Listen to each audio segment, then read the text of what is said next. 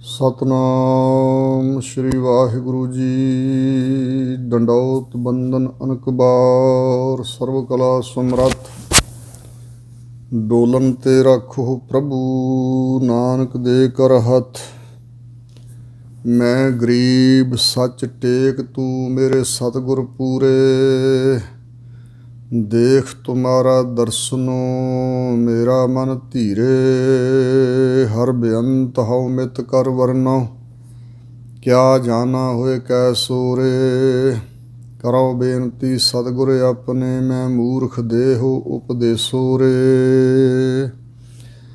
ਸਤਨਾਮ ਸ਼੍ਰੀ ਵਾਹਿਗੁਰੂ ਜੀ। ਸ਼ਲੋਕ। ngਣ ਘਾਲੇ ਸਭ ਦਿਵਸ ਸਾਸ, ਨਹਿ ਵੱਢਨ ਘਟਨ ਤਿਲ ਸਾਰ। ਜੀਵਨ ਲੋ ਰਹਿ ਭਰਮ ਮੋਹ, ਨਾਨਕ ਤੇਊ ਗਵਾਰ। ngਣ ਘਾਲੇ ਸਭ ਦਿਵਸ ਸਾਸ। ਵਾਹਿਗੁਰੂ ਜੀ ਕਾ ਖਾਲਸਾ, ਵਾਹਿਗੁਰੂ ਜੀ ਕੀ ਫਤਿਹ। ਗਰੀਬ ਨਵਾਜ ਸਤਿਗੁਰੂ ਦਸਾਂ ਪਾਤਸ਼ਾਹੀਆਂ ਦੀ ਆਤਮਿਕ ਜੋਤ, ਜੁਗੋ ਜੁਗ ਟਲ। ਧੰਨ ਗੁਰੂ ਗ੍ਰੰਥ ਸਾਹਿਬ ਜੀ ਦੀ ਸਾਜੀ ਨਵਾਜੀ, ਪਰਮ ਸਨਮਾਨਯੋਗ ਗੁਰੂ ਰੂਪ ਖਾਲਸਾ ਸਾਧ ਸੰਗਤ ਜੀਓ।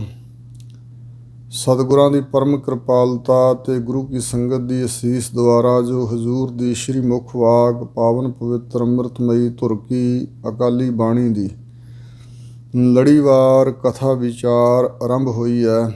ਗੁਰੂ ਕਿਰਪਾ ਸਦਕਾ ਧੰਨ ਗੁਰੂ ਗ੍ਰੰਥ ਸਾਹਿਬ ਮਹਾਰਾਜ ਦੇ ਪਾਵਨ ਅੰਗ 254 ਉੱਪਰ ਪਹੁੰਚੀ ਹੈ। ਜੋ 52 ਅੱਖਰੀ ਬਾਣੀ ਹੈ, ਸਤਿਗੁਰੂ ਅਰਜਨ ਦੇਵ ਮਹਾਰਾਜ ਦੇ ਮੁਖਾਰਬਿੰਦ ਤੋਂ ਉਚਾਰੀ ਹੋਈ ਗੌੜੀ ਰਾਗ ਅੰਦਰ। ਇਸ ਦੀਆਂ 20 ਪੌੜੀਆਂ ਦੀ ਵਿਚਾਰ ਹੁਣ ਤੱਕ ਹੋ ਚੁੱਕੀ ਹੈ। ਉਸ ਤੋਂ ਅੱਗੇ ਵਿਚਾਰ ਗੁਰੂ ਕਿਰਪਾ ਸਦਕਾ ਕਰੀਏ, ਸੁਣੀਏ। ਹਜ਼ੂਰ ਬਚਨ ਫਰਮਾਉਂਦੇ ਨੇ। ਸਲੋਕ ਇੱਕ ਛੰਦ ਦਾ ਨਾਮ ਹੈ। ਜਿਵੇਂ ਦੋਹਰਾ ਹੈ, ਦੋਹਾ ਹੈ, ਸੋਰਠਾ ਹੈ, ਕਵਿਤ ਹੈ, ਸਵਈਆ ਹੈ। ਵੈਸੇ ਅਧਿਆਤਮਕ ਤੌਰ 'ਤੇ ਇਹਦੇ ਅਰਥ ਕੀਤੇ ਜਾਂਦੇ ਨੇ ਸਵੈ ਲੋਕ ਦੀ ਪ੍ਰਾਪਤੀ ਕਰਾਉਣ ਵਾਲੇ ਬਚਨ। ਸਵੈ ਲੋਕ ਆਪਣਾ ਨਿੱਜ ਸਰੂਪ ਰੂਪੀ ਲੋਕ ਹੈ ਜਿਹੜਾ ਆਤਮ ਗਿਆਨ, ਉਸ ਦੀ ਪ੍ਰਾਪਤੀ ਕਰਾਉਣ ਵਾਲੇ ਬਚਨ। ਔਰ ਇਸੇ ਤਰ੍ਹਾਂ ਇਸ ਸਲੋਕ ਬਾਰੇ ਜਿਵੇਂ ਹਜ਼ੂਰ ਦੇ ਮੁੱਖ ਵਾਕ ਆਪਣੇ ਬਚਨ ਨੇ ਕਿ ਉੱਤਮ ਸਲੋਕ ਸਾਧ ਕੇ ਬਚਨ, ਅਮੁਲੀਕ ਲਾਲ ਇਹ ਰਤਨ, ਸੁਨਤ ਕਮਾਵਤ ਹੋਤ ਉਧਾਰ। ਆਪ ਤਰ੍ਹਾਂ ਲੋਕ ਕਹਿ ਨਿਸਤਾਰ। ਉਂਝ ਤੇ ਹੋਰ ਵੀ ਕਾਵ ਰਚਨਾ ਕਰਨ ਵਾਲੇ ਸਲੋਕ, ਪੌੜੀਆਂ, ਦੋਹਰੇ, ਸੋਰਠੇ, ਕਵਿਤ ਉਚਾਰਦੇ ਹੀ ਨੇ, ਪਰ ਉਹ ਸਤਿਗੁਰੂ ਦੀ ਬਾਣੀ ਦੀ ਤੁਲਤਾ ਕਰਨ ਯੋਗ ਬਚਨ ਨਹੀਂ ਹਨ। ਇਹ ਸਤਿਗੁਰੂ ਮਹਾਰਾਜ ਸੱਚੇ ਪਾਤਸ਼ਾਹ ਦੇ ਪਵਿੱਤਰ ਬਚਨ ਉੱਤਮ ਸਲੋਕ ਹਨ। ਹਜ਼ੂਰ ਬਚਨ ਫਰਮਾਉਂਦੇ ਨੇ ਕਿ ngਣ ਘਾਲੇ ਸਭ ਦਿਵਸ ਸਾਸ।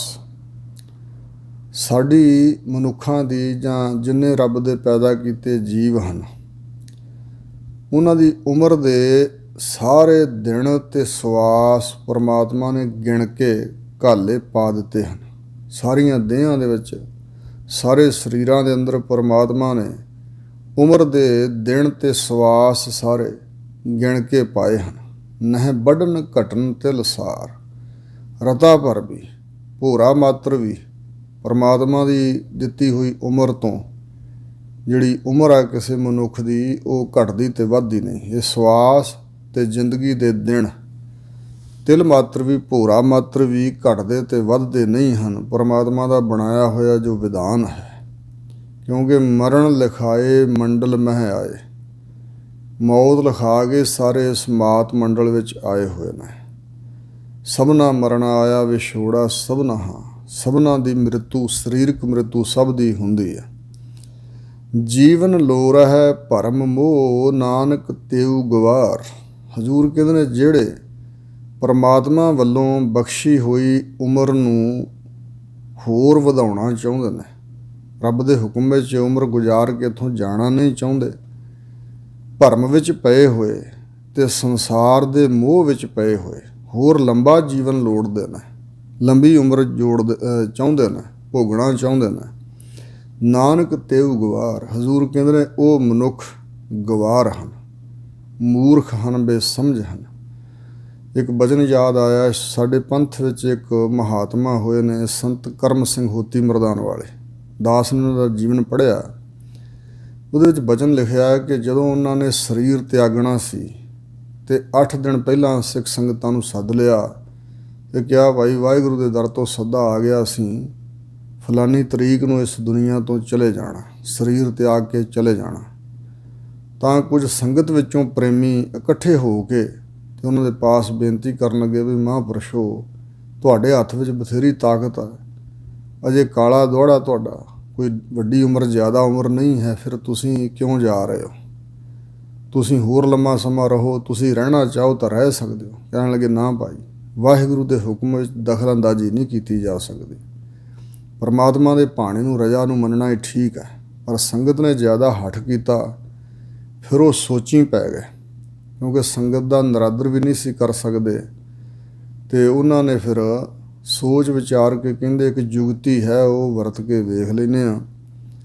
ਉਹਨਾਂ ਦੇ ਨਾਲ ਰਹਿੰਦੇ ਸਨ ਭਾਈ ਲਾਲ ਸਿੰਘ ਜੀ, ਅਤੇ ਉਸ ਵੇਲੇ ਉਹ ਲੰਗਰ ਵਿੱਚ ਸੇਵਾ ਕਰ ਰਹੇ ਸੀ। ਉਹਨਾਂ ਨੂੰ ਆਪਣੇ ਕੋਲ ਸੱਦਿਆ, ਕਹਿਣ ਲੱਗੇ, ਭਾਈ ਲਾਲ ਸਿੰਘ ਜੀ, ਸੰਗਤ ਇਉਂ ਹੱਠ ਕਰਦੀ ਹੈ, ਸਰੀਰਾਂ ਨਾਲ ਤਾਂ ਮੋਹ ਬਿਲਕੁਲ ਨਹੀਂ ਕਰਨਾ ਚਾਹੀਦਾ ਅਤੇ ਲੰਬੀ ਉਮਰ ਦੀ ਇੱਛਾ ਨਹੀਂ ਰੱਖਣੀ ਚਾਹੀਦੀ, ਪਰ ਸੰਗਤ ਜ਼ਿਆਦਾ ਜਿੱਦ ਕਰ ਰਹੀ ਹੈ, ਇਸ ਕਰਕੇ ਇੱਕ ਜੁਗਤੀ ਹੈ ਵੀ ਤੁਸੀਂ ਸਾਡੇ ਥਾਂ ਪਹਿਲਾਂ ਚਲੇ ਜਾਓ ਅਤੇ ਤੁਹਾਡੀ ਜਿਹੜੀ ਉਮਰ ਬਚਦੀ ਹੈ 2 ਸਾਲ, ਉਹ ਅਸੀਂ ਹੰਢਾ ਲੈਂਦੇ ਹਾਂ ਅਤੇ ਬਾਅਦ 'ਚ ਆ ਜਾਵਾਂਗੇ, ਜੇ ਤੁਹਾਡੀ ਰਜਾ ਹੋਏ, ਮਰਜ਼ੀ ਹੋਏ ਤਾਂ। ਉਹ ਬੜੇ ਖੁਸ਼ ਹੋਏ, ਕਹਿਣ ਲੱਗੇ, ਮਹਾਂਪੁਰਸ਼ੋ, ਜੇ ਮੇਰੀ ਉਮਰ ਲੈ ਕੇ ਤੁਸੀਂ ਹੋਰ ਸੰਸਾਰ ਦਾ, ਲੋਕਾਂ ਦਾ ਭਲਾ ਕਰੋ ਤਾਂ ਇਹਦੋਂ ਚੰਗੀ ਗੱਲ ਮੇਰੇ ਵਾਸਤੇ ਹੋਰ ਕਿਆ ਹੈ। ਮੇਰਾ ਸਰੀਰ ਤੁਹਾਡੇ ਰਹਿੰਦਿਆਂ ਤੁਹਾਡੇ ਸਾਹਮਣੇ ਛੁੱਟ ਜਾਏ, ਮੇਰਾ ਸਾਰਾ ਕਿਰਿਆ ਕਰਮ, ਮੇਰੀ ਅਰਦਾਸ ਤੁਸੀਂ ਕਰੋ, ਅਤੇ ਹੋਰ ਮੈਨੂੰ ਕੀ ਚਾਹੀਦਾ। ਤਾਂ ਫਿਰ ਉਹਨਾਂ ਨੇ ਐਲਾਨ ਕਰ ਦਿੱਤਾ ਕਿ ਪਰਸੋਂ ਸਾਡੀ ਜਗ੍ਹਾ 'ਤੇ ਭਾਈ ਲਾਲ ਸਿੰਘ ਜੀ ਜਾਣਗੇ, ਅਸੀਂ 2 ਸਾਲ ਹੋਰ ਰਹਿ ਲਵਾਂਗੇ। ਇਹ ਭਾਈ ਲਾਲ ਸਿੰਘ ਦੀ ਮਰਜ਼ੀ ਆ, ਤਾਂ ਕਰਕੇ ਇਹ ਉਮਰ ਵਟਾ ਲੈਂਦੇ ਹਾਂ, ਤਾਂ ਫਿਰ ਰੱਬ ਦੇ ਹੁਕਮ 'ਚ ਦਖਲਅੰਦਾਜ਼ੀ ਨਹੀਂ ਹੋਏਗੀ।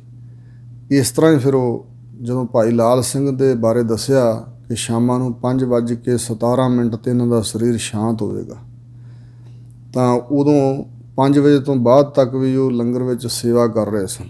ਜਦੋਂ ਬਿਲਕੁਲ ਨੇੜੇ ਆ ਗਿਆ ਸਮਾਂ, ਉਦੋਂ ਆਏ ਅਤੇ ਸੰਤ ਕਰਮ ਸਿੰਘ ਜੀ ਗੁਰੂ ਗ੍ਰੰਥ ਸਾਹਿਬ ਮਹਾਰਾਜ ਦੀ ਤਾਬਿਆ ਚੌਰ ਦੀ ਸੇਵਾ ਕਰ ਰਹੇ ਸੀ। ਭਾਈ ਲਾਲ ਸਿੰਘ ਨੇ ਆ ਕੇ ਮੱਥਾ ਟੇਕਿਆ, ਗੁਰੂ ਮਹਾਰਾਜ ਦੀਆਂ ਪਰਿਕਰਮਾ ਕੀਤੀਆਂ ਅਤੇ ਮਹਾਂਪੁਰਸ਼ਾਂ ਦੀ ਗੋਦੀ ਵਿੱਚ ਸਿਰ ਰੱਖ ਕੇ ਗੁਰੂ ਮਹਾਰਾਜ ਵੱਲ ਨੂੰ ਸੀਸ ਸੀ ਉਹਨਾਂ ਦਾ, ਅਤੇ ਦੂਜੇ ਪਾਸੇ ਨੂੰ ਆਪਣੇ ਪੈਰ ਪਸਾਰ ਕੇ ਲੰਮੇ ਪਏ ਅਤੇ ਇੱਕ ਬਿੰਦ ਵਿੱਚ ਹੀ ਉਹਨਾਂ ਦਾ ਸਰੀਰ ਛੁੱਟ ਗਿਆ। ਉਦੋਂ ਹਿੰਦੁਸਤਾਨ 'ਚ ਅੰਗਰੇਜ਼ਾਂ ਦਾ ਰਾਜ ਸੀ, ਕੁਝ ਅੰਗਰੇਜ਼ ਆਫਿਸਰ, ਡਾਕਟਰ ਵੀ ਆਏ ਹੋਏ ਸੀ, ਬਾਕਾਇਦਾ ਚੈੱਕਅਪ ਵੀ ਕਰਦੇ ਰਹੇ ਭਾਈ ਲਾਲ ਸਿੰਘ ਦਾ, ਅਤੇ ਬੜੇ ਹੈਰਾਨ ਹੋਏ ਸੀ ਅਤੇ ਕਹਿਣ ਲੱਗੇ, ਹੇ ਗੌਡ, ਹੇ ਵਾਹਿਗੁਰੂ ਪਰਮਾਤਮਾ, ਇਹ ਕੈਸੇ ਬੰਦੇ ਨੇ ਕਿ ਜਦੋਂ ਇਹਨਾਂ ਨੂੰ ਪਤਾ ਵੀ ਹੈ ਕਿ ਅਸੀਂ ਚਲੇ ਜਾਣਾ, ਕੋਈ ਘਬਰਾਹਟ ਨਹੀਂ, ਕੋਈ ਚਿੰਤਾ ਨਹੀਂ, ਕੋਈ ਸੋਗ ਫਿਕਰ ਨਹੀਂ, ਬੜੀ ਖੁਸ਼ੀ ਸਰੀਰ ਤਿਆਗ ਕੇ ਚਲੇ ਗਏ। ਫਿਰ 2 ਸਾਲਾਂ ਬਾਅਦ ਸੰਤ ਕਰਮ ਸਿੰਘ ਜੀ ਫਿਰ ਦੱਸਿਆ ਕਿ ਹੁਣ ਅਸੀਂ ਜਾ ਰਹੇ ਹਾਂ। ਸੰਗਤਾਂ ਫਿਰ ਹੱਠ ਕੀਤਾ, ਕਹਿਣ ਲੱਗੇ, ਨਾ ਭਾਈ, ਹੁਣ ਇੰਝ ਨਾ ਕਹੋ, ਵਾਹਿਗੁਰੂ ਦੇ ਹੁਕਮ 'ਚ ਦਖਲਅੰਦਾਜ਼ੀ ਨਹੀਂ ਬਿਲਕੁਲ ਕਰਨੀ ਚਾਹੀਦੀ। ਇਹ ਉਹਨਾਂ ਭਾਈ ਲਾਲ ਸਿੰਘ ਉਹਨਾਂ ਦੀ ਇੱਛਾ ਸੀ ਅਤੇ ਤੁਹਾਡੀ ਸੰਗਤ ਦੇ ਜ਼ਿਆਦਾ ਜ਼ੋਰ ਪਾਉਣ ਕਰਕੇ ਅਸੀਂ ਇੰਝ ਉਮਰ ਵਟਾਈ ਸੀ, ਅਤੇ ਉਹ ਪਹਿਲਾਂ ਚਲੇ ਗਏ, ਅਸੀਂ ਹੁਣ ਜਾ ਰਹੇ ਹਾਂ, ਹੁਣ ਵਾਹਿਗੁਰੂ ਦੇ ਹੁਕਮ 'ਚ ਦਖਲਅੰਦਾਜ਼ੀ ਕਰਨੀ ਯੋਗ ਨਹੀਂ। ਫਿਰ ਉਹ ਸਰੀਰ ਤਿਆਗ ਗਏ ਸਨ, ਦੱਸ ਕੇ ਸਰੀਰ ਤਿਆਗਿਆ। ਇਸ ਤਰ੍ਹਾਂ ਜਿਹੜੇ ਗੁਰਮੁਖ ਪਿਆਰੇ ਨੇ, ਵਾਹਿਗੁਰੂ ਦੀ ਰਜਾ 'ਚ ਰਹਿਣ ਵਾਲੇ ਨੇ, ਬੰਦਗੀ ਕਰਦੇ ਹਨ, ਉਮਰ ਵਧਾਉਣ ਦੀ ਇੱਛਾ ਬਿਲਕੁਲ ਨਹੀਂ ਰੱਖਦੇ, ਕਿਉਂਕਿ ਸਰੀਰ ਨਾਲ ਉਹਨਾਂ ਦਾ ਮੋਹ ਹੀ ਨਹੀਂ ਹੈ। ਉਹਦਾ ਵਾਹਿਗੁਰੂ ਪ੍ਰੀਤਮ ਪਿਆਰੇ ਦੇ ਦੇਸ਼ ਵਿੱਚ ਜਾਣ ਦੀ ਖੁਸ਼ੀ ਵਿੱਚ ਹੁੰਦਾ ਨਾ, ਕਿ ਅਸੀਂ ਜੀਵਨ ਸਫਲਾ ਕਰਕੇ ਜਾ ਰਹੇ ਹਾਂ। ਅਤੇ ਇਸ ਪ੍ਰਕਾਰ ਹਜ਼ੂਰ ਕਹਿੰਦੇ ਨੇ, ਜਿਹੜੇ ਜੀਵਨ ਬਹੁਤਾ ਲੰਮਾ ਸਮਾਂ ਲੋੜਦੇ ਨੇ ਨਾ, ਉਮਰ ਵਧਾਉਣ ਦਾ ਯਤਨ ਕਰਦੇ ਨੇ, ਉਹ ਗਵਾਰ ਮੂਰਖ ਹਨ। ਜਿਹੜੇ ਸਰੀਰ ਦੀ ਉਮਰ ਬਹੁਤਾ ਚਿਰ, ਇਹ ਸਰੀਰ ਦਾ ਜੀਵਨ ਬਹੁਤਾ ਚਿਰ ਲੋੜਦੇ ਹਨ। ਪੌੜੀ ਦੁਆਰਾ ਖੁਲਾਸਾ ਕਰਦੇ ਹਨ ਸਤਿਗੁਰੂ, ਗੰਗਾ ਅੰਗਰਾਸੈ ਕਾਲ ਤੇ ਜੋ ਸਾਕਤ ਪ੍ਰਭ ਕੀਨ। ਜਿਹੜੇ ਜੀਵ ਪ੍ਰਭੂ ਪਰਮਾਤਮਾ ਨੇ ਸਾਕਤ ਸ਼ਕਤੀ ਮਾਇਆ ਦੇ ਉਪਾਸ਼ਕ ਹੀ ਬਣਾ ਦਿੱਤੇ ਹਨ, ਮਨਮੁਖ ਕਰ ਦਿੱਤੇ, ਆਪਣੇ ਤੋਂ ਬੇਮੁਖ ਕਰ ਦਿੱਤੇ ਨੇ। ਜਿਹੜਾ ਕਾਲ ਹੈ, ਮੌਤ ਦਾ ਡਰ ਹੈ, ਸਹਿਮ ਹੈ, ਇਹ ਉਹਨਾਂ ਨੂੰ ਗਰਸਦਾ ਹੈ, ਆਪਣੀ ਗਿਰਫਤ ਵਿੱਚ ਲੈਂਦਾ। ਸਾਡਾ ਸੰਸਾਰੀਆਂ ਸਾਰਿਆਂ ਦਾ ਮਨ ਮੌਤ ਦੇ ਭੈ ਵਿੱਚ ਸਹਿਮਿਆ ਹੋਇਆ, ਜਿਹੜੇ ਸਾਕਤ ਸ਼ਕਤੀ ਮਾਇਆ ਦੇ ਉਪਾਸ਼ਕ ਰੱਬ ਨੇ ਬਣਾ ਦਿੱਤੇ ਨਾ, ਆਪਣੇ ਵੱਲੋਂ ਬੇਮੁਖ ਕਰ ਦਿੱਤੇ ਨੇ, ਉਹਨਾਂ ਦੇ ਤਾਈਂ ਕਾਲ ਗਰਸਦਾ ਹੈ। ਫਿਰ ਅਨਕ ਜੂਨ ਜਨਮਹਿ ਮਰਹਿ, ਆਤਮ ਰਾਮ ਨਾ ਚੀਨ। ਜਿਹੜੇ ਰਾਮ ਰਮਿਆ ਹੋਇਆ ਪ੍ਰਮਾਤਮਾ, ਜੋ ਸਭ ਦਾ ਆਤਮਾ ਬਣਿਆ ਹੋਇਆ ਹੈ, ਸਭ ਦੇ ਅੰਦਰ ਚੇਤਨ ਸੱਤਾ ਰੂਪ ਵਿੱਚ ਵਿਆਪਕ ਹੈ ਵਾਹਿਗੁਰੂ, ਐਸੇ ਰਾਮ ਰਮੇ ਪ੍ਰਮਾਤਮਾ ਨੂੰ ਜਿਹੜੇ ਨਹੀਂ ਚੀਨ ਪਛਾਣਦੇ, ਨਹੀਂ ਜਾਣਦੇ, ਸਾਂਝ ਨਹੀਂ ਪਾਉਂਦੇ, ਉਹ ਅਨੇਕਾਂ ਜੂਨਾਂ 'ਚ ਪੈ ਕੇ ਜਨਮਦੇ ਹਨ ਅਤੇ ਮਰਦੇ ਹਨ। ਕਈ ਜਨਮ ਭਏ ਕੀਟ ਪਤੰਗਾ, ਕਈ ਜਨਮ ਗਜ ਮੀਨ ਕੁਰੰਗਾ, ਕਈ ਜਨਮ ਪੰਖੀ ਸਰਪ ਹੋਇਓ, ਕਈ ਜਨਮ ਹੈਵਰ ਬਿਰਖ ਜੋਇਓ। ਮਿਲ ਜਗਦੀਸ਼ ਮਿਲਣ ਕੀ ਬਰੀਆ, ਚਿਰੰਕਾਲ ਦੇ ਸੰਜਰੀਆ, ਹਜ਼ੂਰ ਨੇ ਕਿਹਾ ਹੈ। ਅਨੇਕਾਂ ਜੂਨਾਂ 'ਚ ਪੈ ਪੈ ਕੇ ਜਨਮਦੇ ਅਤੇ ਮਰਦੇ ਹਨ। ਗਿਆਨ ਧਿਆਨ ਤਾਹੂ ਕਉ ਆਏ। ਗਿਆਨ ਦਾ ਅਰਥ ਹੈ ਜਾਣਕਾਰੀ, ਪ੍ਰਮਾਤਮਾ ਨਾਲ ਜਾਣ ਪਛਾਣ, ਡੂੰਘੀ ਸਾਂਝ, ਗਿਆਤ ਸਮਝ, ਅਤੇ ਧਿਆਨ ਵਾਹਿਗੁਰੂ ਵੱਲ ਸੁਰਤ ਜੋੜਨੀ, ਜਾਂ ਇੰਝ ਕਹਿ ਲਓ ਕਿ ਨਿਰਗੁਣ ਸਰੂਪ ਦਾ ਗਿਆਨ, ਅਨੁਭਵੀ ਗਿਆਨ, ਅਤੇ ਸਰਗੁਣ ਸਰੂਪ ਦਾ ਧਿਆਨ, ਸੁਰਤ ਪ੍ਰਮਾਤਮਾ ਦੇ ਦਰਸ਼ਨਾਂ 'ਚ ਲੀਨ ਹੋਣੀ। ਇਹ ਦਾਤਾਂ ਉਸ ਦੇ ਪਾਸ ਹੀ ਆਉਂਦੀਆਂ ਹਨ, ਉਸ ਦੇ ਤਾਈਂ ਇਹ ਪ੍ਰਾਪਤ ਹੁੰਦੇ ਹਨ। ਦੋਵੇਂ ਗਿਆਨ ਅਤੇ ਧਿਆਨ ਕਰ ਕਿਰਪਾ ਜਿਹੇ ਆਪ ਦਿਵਾਏ, ਜਿਸ ਦੇ ਤਾਈਂ ਕਿਰਪਾ ਕਰਕੇ ਵਾਹਿਗੁਰੂ ਜੀ ਆਪ ਗੁਰੂ ਮਹਾਰਾਜ ਪਾਸੋਂ ਦਿਵਾਉਂਦੇ ਹਨ, ਆਪ ਬਖਸ਼ਦੇ ਹਨ, ਜਿਨ੍ਹਾਂ ਨੂੰ ਦੇ ਦਿੰਦੇ ਹਨ। ਗਣਤੀ ਗਣੀ ਨਹੀਂ ਕੋ ਛੂਟੈ। ਜਿਹੜੀਆਂ ਗਿਣਤੀਆਂ ਗਿਣਨੀਆਂ ਹਨ, ਇੰਝ ਗਿਣਤੀਆਂ ਗਿਣਨ ਦੇ ਨਾਲ ਕੋਈ ਵੀ ਛੁੱਟ ਨਹੀਂ ਸਕਦਾ ਹੈ। ਜਿਹੜੀਆਂ ਕਰਮਾਂ ਦੀਆਂ ਗਿਣਤੀਆਂ ਗਿਣਨੀਆਂ ਹਨ ਕਿ ਮੈਂ ਇੰਨੇ ਕਰਮ ਕੀਤੇ, ਮੈਂ ਆਹ ਕੀਤੇ ਨੇ, ਜਾਂ ਇਸ ਪ੍ਰਕਾਰ ਸੰਸਾਰ ਦੀਆਂ ਗਿਣਤੀਆਂ ਜਿਹੜਾ ਪਿਆ ਰਹਿੰਦਾ, ਇਹ ਗਿਣਤੀ ਗਣੀ ਨਹੀਂ ਕੋਈ ਛੂਟੈ। ਜਾਨੀ ਗੱਗੇ ਦੇ ਥਾਂ ਗੰਘਾ ਅੱਖਰ ਵਰਤਿਆ ਹਜ਼ੂਰ ਨੇ। ਗਣਤੀ ਗਣੀ ਨਹੀਂ ਕੋ ਛੂਟੈ, ਕਾਚੀ ਗਾਗਰ ਸਰ ਪਰ ਫੂਟੈ। ਇਹ ਜਿਹੜਾ ਸਰੀਰ ਹੈ ਸਾਡਾ ਕੱਚੀ ਗਾਗਰ ਹੈ, ਕੱਚੀ ਮਿੱਟੀ ਦੀ ਗਾਗਰ ਵਾਂਗ ਹੈ। ਜਿਹੜੀ ਕੱਚੀ ਮਿੱਟੀ ਦੀ ਗਾਗਰ ਹੈ ਉਹ ਕਿੰਨਾ ਕੁ ਚਿਰ ਰਹਿ ਸਕਦੀ, ਸਰ ਪਰ ਜ਼ਰੂਰ ਫੁੱਟ ਜਾਂਦੀ, ਯਾਨੀ ਕਿ ਟੁੱਟ ਜਾਂਦੀ ਹੈ। ਇਹ ਦੇਹ ਹੈ ਜਿਹੜੀ ਸਾਡੀ ਕੱਚੀ ਗਾਗਰ ਦੀ ਨਿਆਈ। ਕਾਚੀ ਗਾਗਰ ਨੀਰ ਪਰਤ ਹੈ, ਇਹ ਤਨ ਕੀ ਇਹ ਹੈ ਵਡਾਈ। ਇਸ ਤਨ ਦੀ ਤਾਂ ਇਹੋ ਹੀ ਵਡਿਆਈ, ਇੰਨੀ ਕੁ ਵਡਿਆਈ ਹੈ, ਇਹ ਕੱਚੀ ਗਾਗਰ ਦੀ ਨਿਆਈ ਹੈ। ਸੋ ਜੀਵਤ ਜਿਹ ਜੀਵਤ ਜਪਿਆ। ਹਜ਼ੂਰ ਕਹਿੰਦੇ ਨੇ ਜਿਸ ਨੇ ਜਿਉਂਦੇ ਜਾਗਦੇ ਪਰਮਾਤਮਾ ਨੂੰ, ਜੀਵਤ ਸਰੂਪ ਪਰਮਾਤਮਾ ਨੂੰ ਜਪਿਆ ਹੈ, ਉਹੀ ਜੀਵਤ ਹੈ। ਭਾਵ ਆਤਮਿਕ ਜੀਵਨ ਉਸ ਨੂੰ ਪ੍ਰਾਪਤ ਹੋਇਆ ਜਿਸ ਨੇ ਜਿਉਂਦੇ ਜਾਗਦੇ ਠਾਕੁਰ ਪਰਮਾਤਮਾ ਅਕਾਲ ਪੁਰਖ ਦਾ ਸਿਮਰਨ ਕੀਤਾ ਹੈ। ਪ੍ਰਗਟ ਭਏ ਨਾਨਕ ਨਹਿ ਛਪਿਆ। ਜਿਹੜੇ ਐਸੇ ਜਪਣ ਵਾਲੇ ਹਨ ਉਹ ਦੁਨੀਆ ਵਿੱਚ ਪ੍ਰਗਟ ਹੋਏ, ਪ੍ਰਸਿੱਧ ਹੋਏ, ਨਾਮਣਾ ਹੋ ਗਿਆ ਉਹਨਾਂ ਦਾ, ਕਿਉਂਕਿ ਹਰ ਕਾ ਭਗਤ ਪ੍ਰਗਟ ਨਹੀਂ ਛਪੈ। ਭਗਤ ਤਾਂ ਆਪਣੇ ਆਪ ਨੂੰ ਲੁਕਾਉਂਦੇ ਨੇ, ਛੁਪਣ ਦਾ ਯਤਨ ਕਰਦੇ ਨੇ। ਜਿਵੇਂ ਭਾਈ ਵੀਰ ਸਿੰਘ ਨੇ ਲਿਖਿਆ, ਮੈਂ ਛੁਪੇ ਰਹਿਣ ਦੀ ਚਾਹ ਸਹੀ ਉਹ ਨਹੀਂ ਪੂਰੀ ਹੁੰਦੀ। ਹੇ ਮੇਰੀ ਸਖੀਓ, ਮੈਨੂੰ ਤਾਂ ਛੁਪ ਕੇ ਰਹਿਣ ਦੀ ਇੱਛਾ ਹੈ। ਜਿਹੜੇ ਦੁਨੀਆ 'ਚ ਆਪਣਾ ਆਪ ਵਿਖਾਵਾ ਪ੍ਰਗਟਾਵਾ ਕਰਨਾ ਚਾਹੁੰਦੇ ਨੇ ਉਹ ਸੰਤ ਨਹੀਂ ਹੁੰਦੇ। ਰੱਬ ਦਾ ਸੰਤ ਤਾਂ ਬਿਲਕੁਲ ਆਪਣੇ ਆਪ ਨੂੰ ਛੁਪਾਉਣ ਦਾ ਯਤਨ ਕਰਦਾ, ਪਰ ਵਾਹਿਗੁਰੂ ਉਸ ਸੰਤ ਨੂੰ ਪ੍ਰਗਟ ਕਰਦਾ ਦੁਨੀਆ ਸਾਹਮਣੇ, ਭਗਤ ਨੂੰ, ਕਿਉਂਕਿ ਸੰਸਾਰ ਦਾ ਭਲਾ ਕਰਨਾ ਹੁੰਦਾ। ਜਿਸ ਨੇ ਆਪਣਾ ਆਪ ਅੰਦਰੋਂ ਹੰਕਾਰ ਮਾਰਿਆ, ਨਿਮਰਤਾ 'ਚ ਆ ਗਿਆ ਹੈ, ਪਰਮਾਤਮਾ ਉਸ ਦੀ ਵਡਿਆਈ ਜ਼ਰੂਰ ਕਰਦਾ। ਹਰ ਆਪਣੀ ਵਡਿਆਈ ਭਾਵ ਦੀ ਜਨ ਕਾ ਜੈਕਾਰ ਕਰਾਈ। ਪਰਮਾਤਮਾ ਨੂੰ ਆਪਣੀ ਵਡਿਆਈ ਇਸੇ ਤਰ੍ਹਾਂ ਹੀ ਪਾਉਂਦੀ ਹੈ ਜਗਤ ਵਿੱਚ ਕਿ ਆਪਣੇ ਜਨਾਂ ਦੀ ਜੈ ਜੈਕਾਰ ਕਰਾਉਂਦਾ। ਭਗਤਾਂ ਦੀ ਜੈ ਜੈਕਾਰ ਵਾਹਿਗੁਰੂ ਦੀ ਜੈ ਜੈਕਾਰ ਹੈ। ਸੋ ਇਸ ਪ੍ਰਕਾਰ ਭਗਤ ਆਪਣੀ ਜੈ ਜੈਕਾਰ ਨਹੀਂ ਕਰਾਉਣੀ ਚਾਹੁੰਦੇ, ਉਹ ਵਾਹਿਗੁਰੂ ਦੀ ਜੈ ਜੈਕਾਰ ਕਰਨੀ ਚਾਹੁੰਦੇ ਨੇ ਅਤੇ ਲੋਕਾਂ ਤੋਂ ਕਰਾਉਣੀ ਚਾਹੁੰਦੇ ਨੇ। ਪਰ ਵਾਹਿਗੁਰੂ ਆਪਣੇ ਪਿਆਰਿਆਂ ਦਾ ਜਸ ਦੁਨੀਆ 'ਚ ਪ੍ਰਗਟ ਕਰਦੇ ਹਨ। ਨਹੀਂ ਛਪਿਆ ਗੁਰਮੁਖ ਪਿਆਰਾ, ਜਿਹੜਾ ਬੰਦਗੀ ਕਰਨ ਵਾਲਾ, ਕੋਈ ਵੀ ਛੁਪਿਆ ਨਹੀਂ ਹੈ। ਰੱਬ ਦੇ ਪਿਆਰੇ ਅਨੇਕਾਂ ਹੋਏ ਨੇ, ਜਿਵੇਂ ਭਗਤ ਜਗ ਵੱਜਿਆ ਚੌਂ ਚੱਕਾਂ ਦੇ ਵਿੱਚ ਚਮਰੇਟਾ।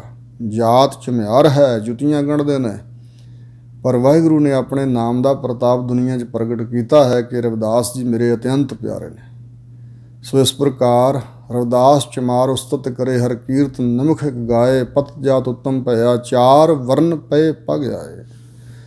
ਮੇਰੀ ਜਾਤ ਕੁੱਟ ਬਾਂਡਲਾ ਢੋਰ ਢੋਵੰਤਾ, ਨਿਤ ਹੈ ਬਨਾਰਸੀ ਆਸ ਪਾਸਾ, ਅਬ ਵਿਪਰ ਪ੍ਰਧਾਨ ਤਿਹ ਕਰਹਿ ਡੰਡਾਓਤ, ਤੇਰੇ ਨਾਮ ਸਰਣਾਏ ਰਵਿਦਾਸ ਦਾਸਾ। ਰੁਕਮਾਂਗਦ ਜੀ ਪ੍ਰਗਟ ਕੀਤੇ ਨੇ, ਜਨਕ ਜੀ ਪ੍ਰਗਟ ਕੀਤੇ ਨੇ, ਜਿੰਨੇ ਵੀ ਧਰੂ ਜੀ, ਪ੍ਰਹਿਲਾਦ ਜੀ, ਕਬੀਰ ਜੀ, ਨਾਮਦੇਵ ਜੀ ਵਾਹਿਗੁਰੂ ਜੀ ਨੇ ਪ੍ਰਸਿੱਧ ਕੀਤੇ ਦੁਨੀਆ 'ਚ ਨਾਮਣਾ ਉਹਨਾਂ ਦਾ। ਇੱਕ ਵਾਰੀ ਦਸਮ ਪਾਤਸ਼ਾਹ ਨੂੰ ਸਿੰਘਾਂ ਨੇ ਪੁੱਛਿਆ, ਮਹਾਰਾਜ ਨਾਮ ਦੀ ਮਹਾਨਤਾ ਬਾਰੇ ਕੋਈ ਬਚਨ ਸੁਣਾਓ।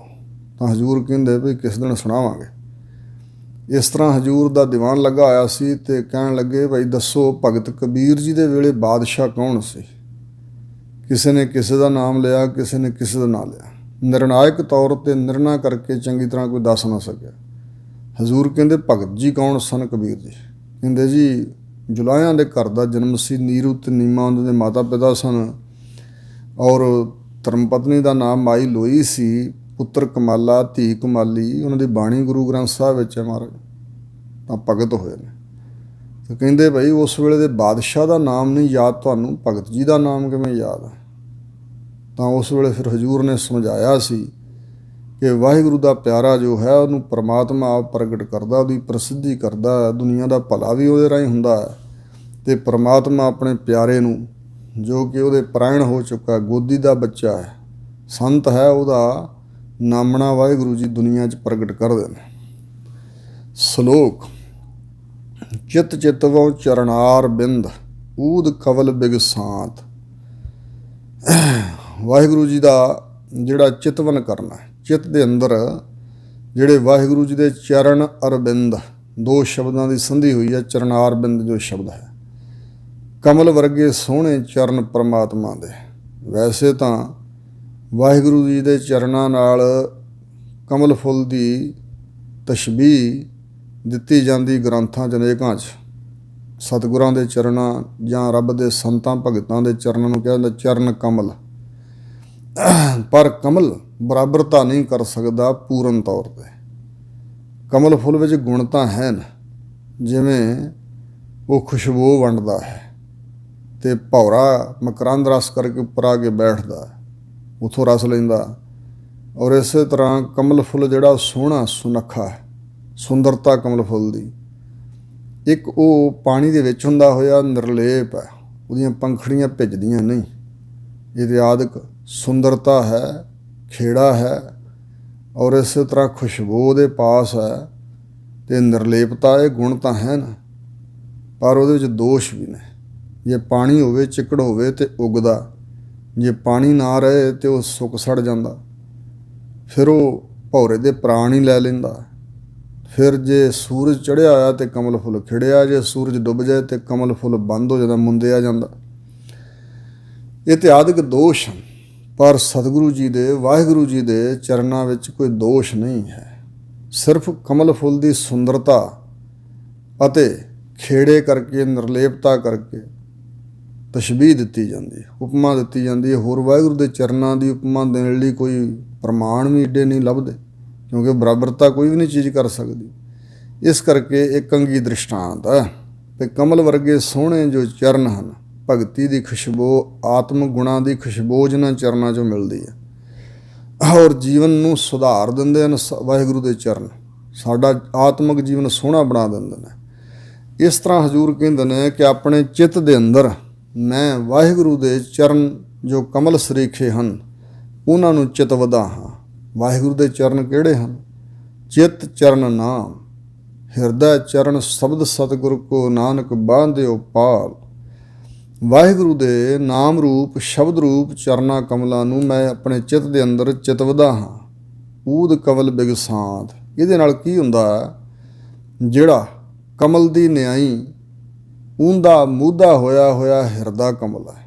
ਜੇ ਕਮਲ ਫੁੱਲ ਮੂਧਾ ਮਾਰਿਆ ਹੋਵੇ ਅਤੇ ਉਹਦਾ ਖੇੜਾ ਖੜਾਵਟ ਖੁਸ਼ਬੂ ਬਾਹਰ ਨਹੀਂ ਪ੍ਰਗਟ ਹੁੰਦੀ, ਇਸੇ ਤਰ੍ਹਾਂ ਜਿਹੜਾ ਸਾਡਾ ਹਿਰਦਾ ਮੂਧੇ ਕਮਲ ਦੀ ਨਿਆਈ ਹੈ।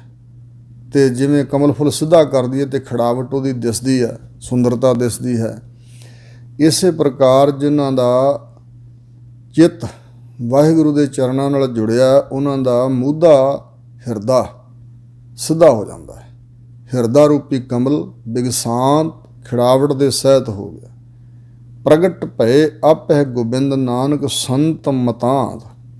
ਸੰਤ ਸਤਿਗੁਰਾਂ ਦੇ ਮੰਤਰ ਉਪਦੇਸ਼ ਦੁਆਰਾ ਪ੍ਰਗਟ ਭਏ ਆਪਹਿ ਗੋਬਿੰਦ, ਸੰਤਾਂ ਨੇ ਉਪਦੇਸ਼ ਦਿੱਤਾ, ਸਤਿਗੁਰੂ ਜੀ ਨੇ ਉਪਦੇਸ਼ ਦਿੱਤਾ ਅਤੇ ਉਸ ਉਪਦੇਸ਼ ਨੂੰ ਕਮਾਇਆ ਸੇਵਕ ਨੇ, ਤਾਂ ਗੋਬਿੰਦ ਪਰਮਾਤਮਾ ਜੀ ਆਪ ਬਖਸ਼ਿਸ਼ ਕਰਕੇ ਉਹਦੇ ਹਿਰਦੇ 'ਚ ਪ੍ਰਗਟ ਹੋ ਗਏ ਨੇ।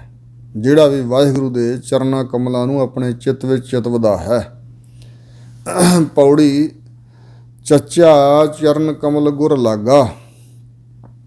ਹਜ਼ੂਰ ਕਹਿੰਦੇ ਨੇ ਚੱਚਾ ਅੱਖਰ ਇਹ ਉਪਦੇਸ਼ ਦਿੰਦਾ ਹੈ, ਜਾਂ ਸਤਿਗੁਰੂ ਜੀ ਚੱਚੇ ਅੱਖਰ ਨੂੰ ਵਰਤ ਕੇ ਉਪਦੇਸ਼ ਦੇ ਰਹੇ ਨੇ। ਭਾਈ ਚੱਚੇ ਅੱਖਰ ਰਾਹੀਂ ਬਚਨ ਕਰਦੇ ਹਾਂ ਕਿ ਵਾਹਿਗੁਰੂ ਜੀ ਦੇ, ਗੁਰੂ ਮਹਾਰਾਜ ਜੀ ਦੇ ਜਿਹੜੇ ਕਮਲ ਵਰਗੇ ਸੋਹਣੇ ਚਰਨ ਹਨ, ਜਿਹੜਾ ਉਹਨਾਂ ਚਰਨਾਂ ਨਾਲ ਲੱਗਾ ਹੈ, ਜਿਸ ਦਿਨ ਉਹਨਾਂ ਚਰਨਾਂ ਨਾਲ ਲੱਗਾ ਸੇਵਕ, ਧੰਨ ਧੰਨ ਉਹ ਦਿਨ ਸੰਜੋਗ ਸੁਭਾਗਾ।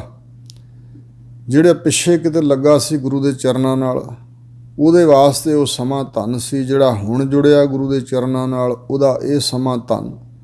ਧੰਨ ਧੰਨ ਮਨ ਬਾਣੀ ਕਰਕੇ ਅਸੀਂ ਕਹਿੰਦੇ ਹਾਂ ਧੰਨ ਧੰਨ ਉਹ ਦਿਨ ਸੀ ਜਿਸ ਦਿਨ ਸੰਜੋਗ ਹੋਇਆ, ਸੰਜੋਗ ਸਬੱਬ ਬਣਿਆ, ਦਰਸ਼ਨਾਂ ਦਾ ਸਬੱਬ, ਚਰਨਾਂ ਨਾਲ ਜੁੜਨ ਦਾ ਸਬੱਬ ਬਣਿਆ। ਉਹ ਸੁਭਾਗਾ ਸਮਾਂ ਸੀ, ਉਹ ਸੰਜੋਗ ਭਲਾ ਸੀ। ਚਾਰ ਕੁੰਟ ਦਹਿ ਦਿਸ ਭਰਮ ਆਇਓ। ਕਹਿੰਦੇ ਜਦੋਂ ਤੱਕ ਗੁਰੂ ਮਹਾਰਾਜ ਜੀ ਦੀ ਸੋਝੀ ਨਹੀਂ ਸੀ, ਉਦੋਂ ਚਾਰ ਕੁੰਟ, ਉੱਤਰ ਦੱਖਣ ਪੂਰਬ ਪੱਛਮ, ਲਹਿੰਦਾ ਚੜ੍ਹਦਾ ਦੱਖਣ ਪਹਾੜ ਅਤੇ 10 ਦਿਸ਼ਾ, ਇਹ 4 ਦਿਸ਼ਾ ਅਤੇ 4 ਦਿਸ਼ਾ, ਇਹਨਾਂ ਦੇ ਕੋਨੇ ਨੁਕਰਾਂ ਅਤੇ ਧਰਤੀ ਅਤੇ ਆਕਾਸ਼, ਇਹ 10 ਦਿਸ਼ਾ। ਅਤੇ ਇੰਜ ਵੀ ਅਧਿਆਤਮਿਕ ਤੌਰ 'ਤੇ ਅਰਥ ਕੀਤੇ ਜਾਂਦੇ ਨੇ ਵੀ 4 ਕੁੰਟ 4 ਖਾਣੀਆਂ, ਅੰਡਜ ਜੇਰਜ ਸੇਤਜ ਉਤਪੁਜ। ਅਤੇ 10 ਦਿਸ਼ਾ ਜਿਹੜੇ ਇੰਦਰੇ ਹਨ, ਦਸੇ ਕਰਮ ਇੰਦਰੇ ਅਤੇ ਗਿਆਨ ਇੰਦਰੇ, ਇਹਨਾਂ ਵਿੱਚ ਭਰਮ ਦਾ ਭਟਕਦਾ ਹੋਇਆ ਮੈਂ ਆਇਆ ਹਾਂ। ਭਈ ਕਿਰਪਾ ਤਵ ਦਰਸ਼ਨ ਪਾਇਓ। ਜਦੋਂ ਕਿਰਪਾ ਹੋਈ ਤਦੋਂ ਵਾਹਿਗੁਰੂ ਜੀ ਦਾ ਦਰਸ਼ਨ ਵੀ ਮਿਲਿਆ। ਜਦੋਂ ਆਪਣੀ ਕਿਰਪਾ ਉਸਨੇ ਕੀਤੀ ਤਦੋਂ ਸਤਿਗੁਰਾਂ ਦਾ ਦਰਸ਼ਨ ਪ੍ਰਾਪਤ ਕਰ ਲਿਆ। ਚਾਰ ਵਿਚਾਰ ਬਿਨਸਿਓ ਸਭ ਦੂਆ। ਫਿਰ ਕੀ ਹੋਇਆ ਕਿ ਅੰਦਰਲੇ ਵਿਚਾਰ 4 ਮਹੀਨੇ ਸ੍ਰੇਸ਼ਟ ਹੋ ਗਏ। 4 ਦਾ ਅਰਥ ਹੈ ਸੁੰਦਰ, ਸੁੰਦਰ ਵਿਚਾਰ ਬਣ ਗਏ। ਪਹਿਲੀਆਂ ਵਿਚਾਰਾਂ ਨਿਕਲ ਗਈਆਂ ਅਤੇ ਚੰਗੇ ਵਿਚਾਰ ਅੰਦਰ ਪ੍ਰਗਟ ਹੋਏ।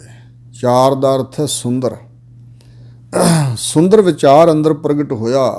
ਅਤੇ ਬਿਨਸਿਓ ਸਭ ਦੂਆ, ਜਿਹੜਾ ਦੂਜਾ ਸੀ ਸਾਰਾ ਕੁਛ, ਭਾਵ ਦੂਜਾ ਭਾਵ ਵਾਹਿਗੁਰੂ ਨੂੰ ਛੱਡ ਕੇ ਹੋਰ ਉਸ ਨਾਲ ਪ੍ਰੀਤੀ, ਮਾਇਆ ਨਾਲ ਜਿਹੜਾ ਮੋਹ ਸੀ, ਉਹ ਸਾਰਾ ਹੀ ਬਿਨਸ ਗਿਆ। ਸਾਧ ਸੰਗ ਮਨ ਨਿਰਮਲ ਹੁਆ। ਸਾਧ ਸਤਿਗੁਰਾਂ ਦੀ ਸੰਗਤ ਵਿੱਚ, ਸਾਧੂ ਜਨਾਂ ਦੀ ਸੰਗਤ ਵਿੱਚ ਮਨ ਨਿਰਮਲ, ਉਜਲ ਅਤੇ ਪਵਿੱਤਰ ਹੋ ਗਿਆ। ਮਨ ਦੀ ਮੈਲ ਉਤਰ ਗਈ। ਚਿੰਤ ਵਿਸਾਰੀ ਏਕ ਦ੍ਰਿਸ਼ਟੇਤਾ। ਜਦੋਂ ਇੱਕੋ ਇੱਕ ਪਰਮਾਤਮਾ ਦ੍ਰਿਸ਼ਟੇਤਾ, ਦ੍ਰਿਸ਼ਟੀ ਆ ਗਿਆ, ਦਿਸਣ ਲੱਗ ਪਿਆ, ਵਾਹਿਗੁਰੂ ਦਿਸ ਪਿਆ, ਤਾਂ ਸਾਰੀਆਂ ਚਿੰਤਾ ਵਿਸਾਰ ਦਿੱਤੀਆਂ, ਤਿਆਗ ਦਿੱਤੀਆਂ, ਇੱਕ ਨੂੰ ਵੇਖਣ ਵਾਲੇ ਬਣ ਗਏ। ਨਾਨਕ ਗਿਆਨ ਅੰਜਨ ਜੇ ਨੇਤਰਾ। ਉਹਦੇ ਹੀ ਹਿਰਦੇ 'ਚ ਜਿਹੜੀ ਚਿੰਤਾ ਸੀ ਨਿਕਲੀ, ਵਿਸਾਰੀ ਗਈ ਹੈ। ਇੱਕ ਨੂੰ ਉਸਨੇ ਵੇਖਿਆ ਹੈ ਜਿਸ ਦੇ ਮਨ ਬੁੱਧ ਰੂਪੀ ਨੇਤਰਾਂ 'ਚ ਗਿਆਨ ਦਾ ਸੁਰਮਾ ਪੈ ਗਿਆ। ਅਤੇ ਗਿਆਨ ਦਾ ਸੁਰਮਾ ਕਿੱਥੋਂ ਮਿਲਦਾ? ਗਿਆਨ ਅੰਜਨ ਗੁਰ ਦੀਆ, ਅਗਿਆਨ ਅੰਧੇਰ ਵਿਨਾਸ਼। ਹਰ ਕਿਰਪਾ ਤੇ ਸੰਤ ਭੇਟਿਆ, ਨਾਨਕ ਮਨ ਪ੍ਰਗਾਸ। ਹਰੀ ਦੀ ਕਿਰਪਾ ਨਾਲ ਸੰਤ ਸਤਿਗੁਰੂ ਦਾ ਮਿਲਾਪ ਹੋਇਆ ਅਤੇ ਉਸ ਸਤਿਗੁਰੂ ਨੇ ਗਿਆਨ ਦਾ ਅੰਜਨ ਮੈਨੇ ਸੁਰਮਾ ਬਖਸ਼ਿਆ ਅਤੇ ਅਗਿਆਨ ਦਾ ਹਨੇਰਾ ਵਿਨਾਸ਼ ਕਰ ਦਿੱਤਾ। ਜਿਹਦੇ ਮਨ ਬੁੱਧ ਰੂਪੀ ਨੇਤਰਾਂ 'ਚ ਗਿਆਨ ਦਾ ਅੰਜਨ ਸੁਰਮਾ ਹੈ ਭਾਈ, ਉਹਨੇ ਇੱਕ ਨੂੰ ਵੇਖਿਆ ਹੈ ਅਤੇ ਚਿੰਤਾ ਵਿਸਾਰ ਦਿੱਤੀ। ਸਲੋਕ। ਛਾਤੀ ਸੀਤਲ ਮਨ ਸੁਖੀ, ਸ਼ੰਤ ਗੋਬਿੰਦ ਗੁਣ ਗਾਏ।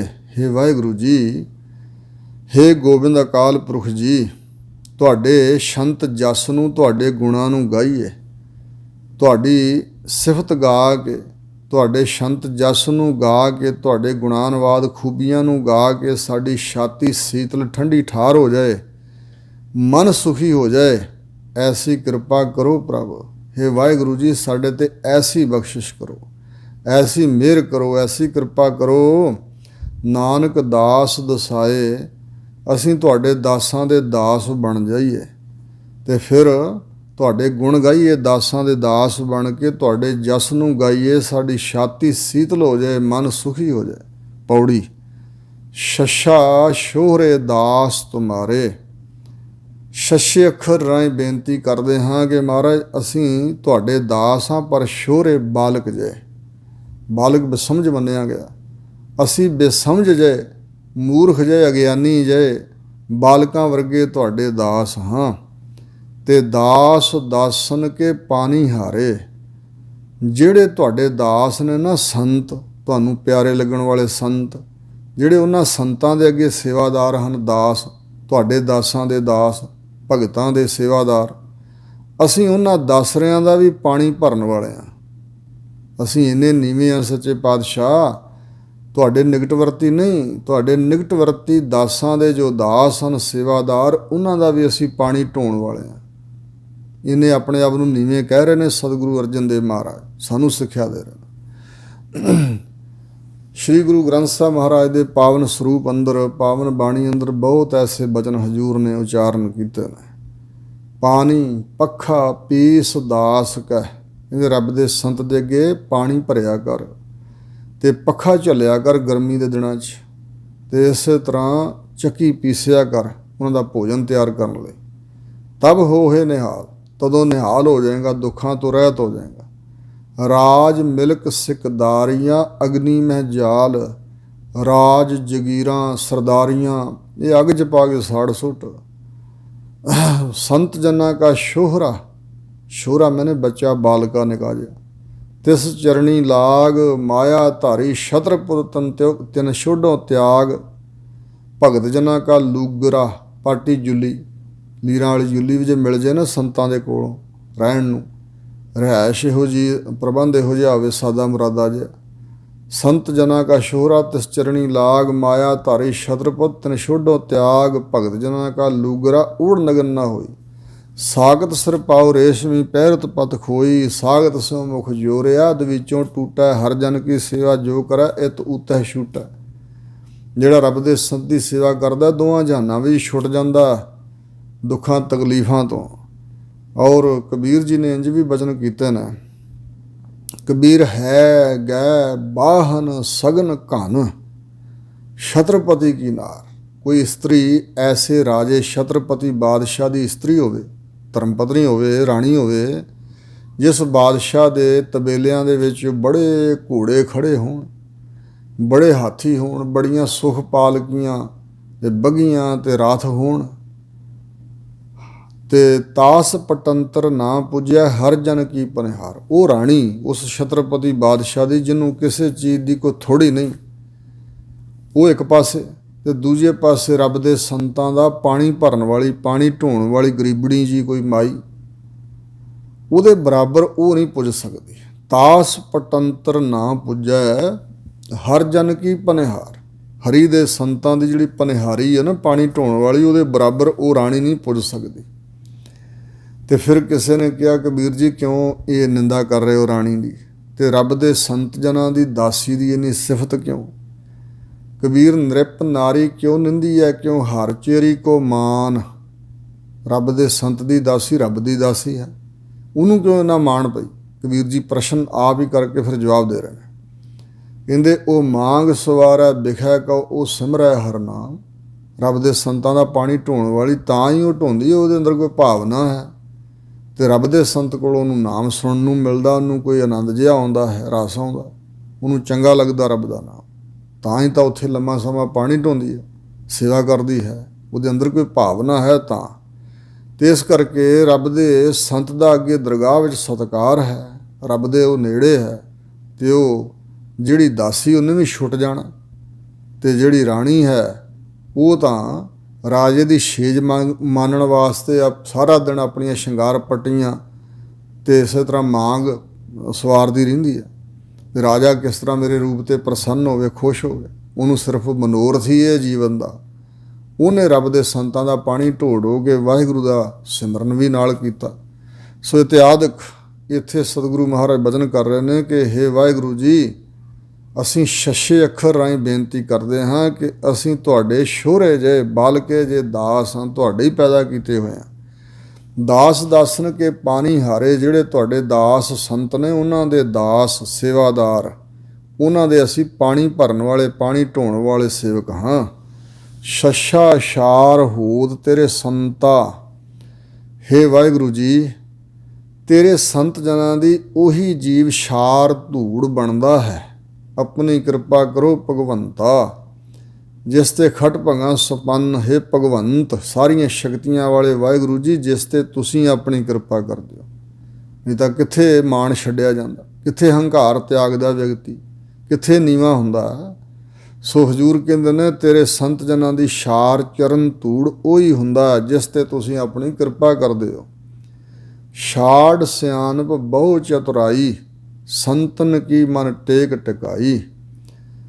ਜਿਨ੍ਹਾਂ ਨੇ ਮਨ ਦੀਆਂ ਸਿਆਣਪਾਂ ਛੱਡ ਦਿੱਤੀਆਂ, ਬਹੁਤੀਆਂ ਚਤੁਰਾਈਆਂ ਚਲਾਕੀਆਂ ਛੱਡ ਦਿੱਤੀਆਂ, ਤੇ ਸੰਤਨ ਕੀ ਤੇਰੇ ਗੁਰਮੁਖ ਜਨਾਂ ਦੀ ਮਨ ਵਿੱਚ ਟੇਕ ਨੂੰ ਟਿਕਾਇਆ ਹੈ। ਟੇਕ ਮੈਨੇ ਓਟ, ਸਹਾਰਾ, ਆਸਰਾ ਮਨ 'ਚ ਤੱਕਿਆ, ਟਿਕਾਇਆ ਹੈ। ਛਾਰ ਕੀ ਪੁੱਤਰੀ ਪਰਮਗਤ ਪਾਈ, ਉਹਨਾਂ ਦੇ ਕੋਲ ਜਿਹੜੀ ਦੇਹ ਹੈ ਨਾ, ਦੇਹ ਤੇ ਉਹਨਾਂ ਦੀ ਵੀ ਛਾਰ ਮਿੱਟੀ ਦੀ ਪੁਤਲੀ ਹੈ। ਪਰ ਇਸ ਮਿੱਟੀ ਦੀ ਪੁਤਲੀ 'ਚ ਵਸਦਿਆਂ ਹੋਇਆਂ ਉਹਨਾਂ ਨੇ ਇਹ ਨਹੀਂ ਵੀ ਉਹਨਾਂ ਕੋਲ ਹੋਰ ਕੋਈ ਵੱਡੀ ਲੋਹੇ ਦੀ ਕਾਇਆ ਹੈ, ਕੋਈ ਸੋਨੇ ਦਾ ਸਰੀਰ ਹੈ ਉਹਨਾਂ ਦਾ, ਨਹੀਂ। ਕਾਇਆ ਦੇਹੀ ਉਹਨਾਂ ਦੀ ਵੀ ਛਾਰ ਕੀ ਹੈ, ਸੁਆਹ ਮਿੱਟੀ ਦੀ ਬਣੀ ਹੋਈ ਹੈ। ਪਰ ਉਹਨਾਂ ਨੇ ਇਸ ਦੇਹ 'ਚ ਵਸਦਿਆਂ ਹੋਇਆਂ ਇਸ ਗੁਣ ਦੀ ਬਦੌਲਤ ਕਿ ਸੰਤ ਜਨਾਂ ਦੀ ਮਨ 'ਚ ਟੇਕ ਟਿਕਾਈ ਹੈ, ਮਨ ਦੀਆਂ ਸਿਆਣਪਾਂ ਚਤੁਰਾਈਆਂ ਛੱਡੀਆਂ ਨੇ, ਉਹਨਾਂ ਇਸ ਮਿੱਟੀ ਦੀ ਕਾਇਆ 'ਚ ਰਹਿੰਦਿਆਂ ਪਰਮ ਗਤੀ, ਪਰਮ ਉੱਚੀ ਅਵਸਥਾ, ਆਤਮਿਕ ਅਵਸਥਾ ਪ੍ਰਾਪਤ ਕੀਤੀ ਹੈ। ਪਰ ਕਿਹਨਾਂ ਨੇ? ਨਾਨਕ ਜਾ ਕੋ ਸੰਤ ਸਹਾਈ, ਜਿਨ੍ਹਾਂ ਦੇ ਤਾਈਂ ਰੱਬ ਦੇ ਸੰਤ ਸਹਾਈ ਹੋਏ। ਸੰਤ ਸਤਿਗੁਰੂ ਮਹਾਰਾਜ ਸੱਚੇ ਪਾਤਸ਼ਾਹ ਨੇ ਜਿਨ੍ਹਾਂ ਦੀ ਸਹਾਇਤਾ ਕੀਤੀ, ਜਿਨ੍ਹਾਂ ਤੇ ਰਹਿਮਤ ਕੀਤੀ। ਕਰ ਹੁਕਮ ਮਸਤਕ ਹੱਥ ਤਰ ਵਿੱਚੋਂ ਮਾਰ ਕੱਢੀਆਂ ਬੁਰਿਆਈਆਂ। ਸੋ ਇਸ ਪ੍ਰਕਾਰ ਉਹਨਾਂ ਨੂੰ ਇਹ ਦਾਤ ਮਿਲੀ ਹੈ। ਸ਼ਲੋਕ। ਜੋਰ ਜ਼ੁਲਮ ਫੁੱਲ ਹੈ ਘਨੋ, ਕਾਚੀ ਦੇਹ ਬੇਕਾਰ। ਹਜ਼ੂਰ ਕਹਿੰਦੇ ਨੇ ਜਿਹੜੇ ਜੀਵ ਜ਼ੋਰ ਧੱਕਾ ਕਰਦੇ ਨੇ, ਜ਼ੁਲਮੀ ਬਣ ਕੇ ਜ਼ੁਲਮ ਕਮਾਉਂਦੇ ਨੇ ਲੋਕਾਂ 'ਤੇ, ਤਾਕਤ ਜੋ ਕੋਲ ਆ ਗਈ, ਚਾਰ ਕੌਡੀਆਂ ਹੋਈਆਂ ਜਾਂ ਕੋਈ ਮਰਤਬਾ ਅਹੁਦਾ ਹੋਇਆ, ਰਾਜੇ ਮਹਾਰਾਜੇ ਬਣ ਗਏ, ਅਹਿਲਕਾਰ ਬਣ ਗਏ, ਨਵਾਬ ਬਣ ਗਏ, ਕੋਈ ਐਸੀ ਪਦਵੀ ਮੰਤਰੀ ਸ਼ੰਤਰੀ ਬਣ ਗਏ, ਅਤੇ ਹਿਰਦੇ 'ਚ ਹੰਕਾਰ ਜ਼ਿਆਦਾ ਹੈ। ਇਸ ਕਰਕੇ ਜ਼ੋਰ ਧੱਕਾ ਕਰਦੇ ਲੋਕਾਂ ਨਾਲ, ਪ੍ਰਜਾ ਨਾਲ, ਗਰੀਬਾਂ ਨਾਲ, ਜ਼ੁਲਮੀ ਬਣ ਕੇ ਜ਼ੁਲਮ ਕਮਾਉਂਦੇ ਨੇ। ਅਤੇ ਫਿਰ ਜ਼ੁਲਮ ਕਰ ਕਰਕੇ ਬਹੁਤ ਜ਼ਿਆਦਾ ਫੁੱਲਦੇ ਨੇ, ਹੰਕਾਰ ਦੇ ਨਾਲ ਫੁੱਲਦੇ ਨੇ ਵੀ ਮੇਰੇ ਅੱਗੇ ਕੌਣ ਅੜ ਸਕਦਾ। ਕਾਚੀ ਦੇਹ ਬੇਕਾਰ, ਕਾਇਆ ਤਾਂ ਉਹਨਾਂ ਦੀ ਵੀ ਕੱਚੀ ਹੈ, ਪਰ ਉਹਨਾਂ ਨੇ ਇਹਨੂੰ ਕੱਚੀ ਸਮਝਿਆ, ਇਹਨੂੰ ਸਦਾ ਰਹਿਣ ਵਾਲੀ ਸਮਝ ਲਿਆ। ਉਹਨਾਂ ਦੀ ਜਿਹੜੀ ਇਹ ਕੱਚੀ ਦੇਹ ਹੈ ਨਾ, ਕੱਚੀ ਮਿੱਟੀ ਦੀ ਨਿਆਈ ਇਹ ਦੇਹ, ਇਹ ਪੁਤਲੀ ਮਿੱਟੀ ਦੀ, ਇਹ ਬੇਕਾਰ ਵਿਅਰਥ ਹੈ, ਉਹ ਕੰਮ ਨਹੀਂ ਕਿਸੇ ਆਉਣੀ। ਉਹਨਾਂ ਇਸ ਤੋਂ ਲਾਭ ਨਹੀਂ ਲਿਆ, ਨੁਕਸਾਨ ਉਠਾਇਆ, ਨਫਾ ਨਹੀਂ ਨੁਕਸਾਨ, ਫਾਇਦਾ ਨਹੀਂ ਹਾਨੀ ਹੋਈ। ਅਹੰ ਬੁੱਧ ਬੰਧਨ ਪਰੇ, ਨਾਨਕ ਨਾਮ ਛੁਟਾਰ। ਉਹਨਾਂ ਦੇ ਅੰਦਰ ਹੰਗਤਾ ਵਾਲੀ ਬੁੱਧੀ ਹੋਣ ਕਰਕੇ ਇਹ ਬੰਧਨ ਹੀ ਪੈ ਗਏ, ਹੰਕਾਰ ਦੇ ਬੰਧਨ ਪੈ ਗਏ। ਅੰਦਰ ਅਹੰ ਬੁੱਧੀ ਹੈ, ਹੰਕਾਰ ਵਾਲੀ ਬੁੱਧੀ ਹੈ। ਉਹਨਾਂ ਨੂੰ ਜੰਮਣ ਮਰਨ ਦੇ, ਕਰਤਾ ਭੁਗਤਾ, ਹੰਗਤਾ ਮਮਤਾ ਦੇ ਬੰਧਨ ਪਏ ਹੋਏ ਨੇ। ਨਾਨਕ ਨਾਮ ਛੁਟਾਰ, ਵਾਹਿਗੁਰੂ ਦੇ ਨਾਮ ਦੁਆਰਾ ਹੀ ਛੁਟਕਾਰਾ ਹੋ ਸਕਦਾ ਹੈ। ਪੌੜੀ।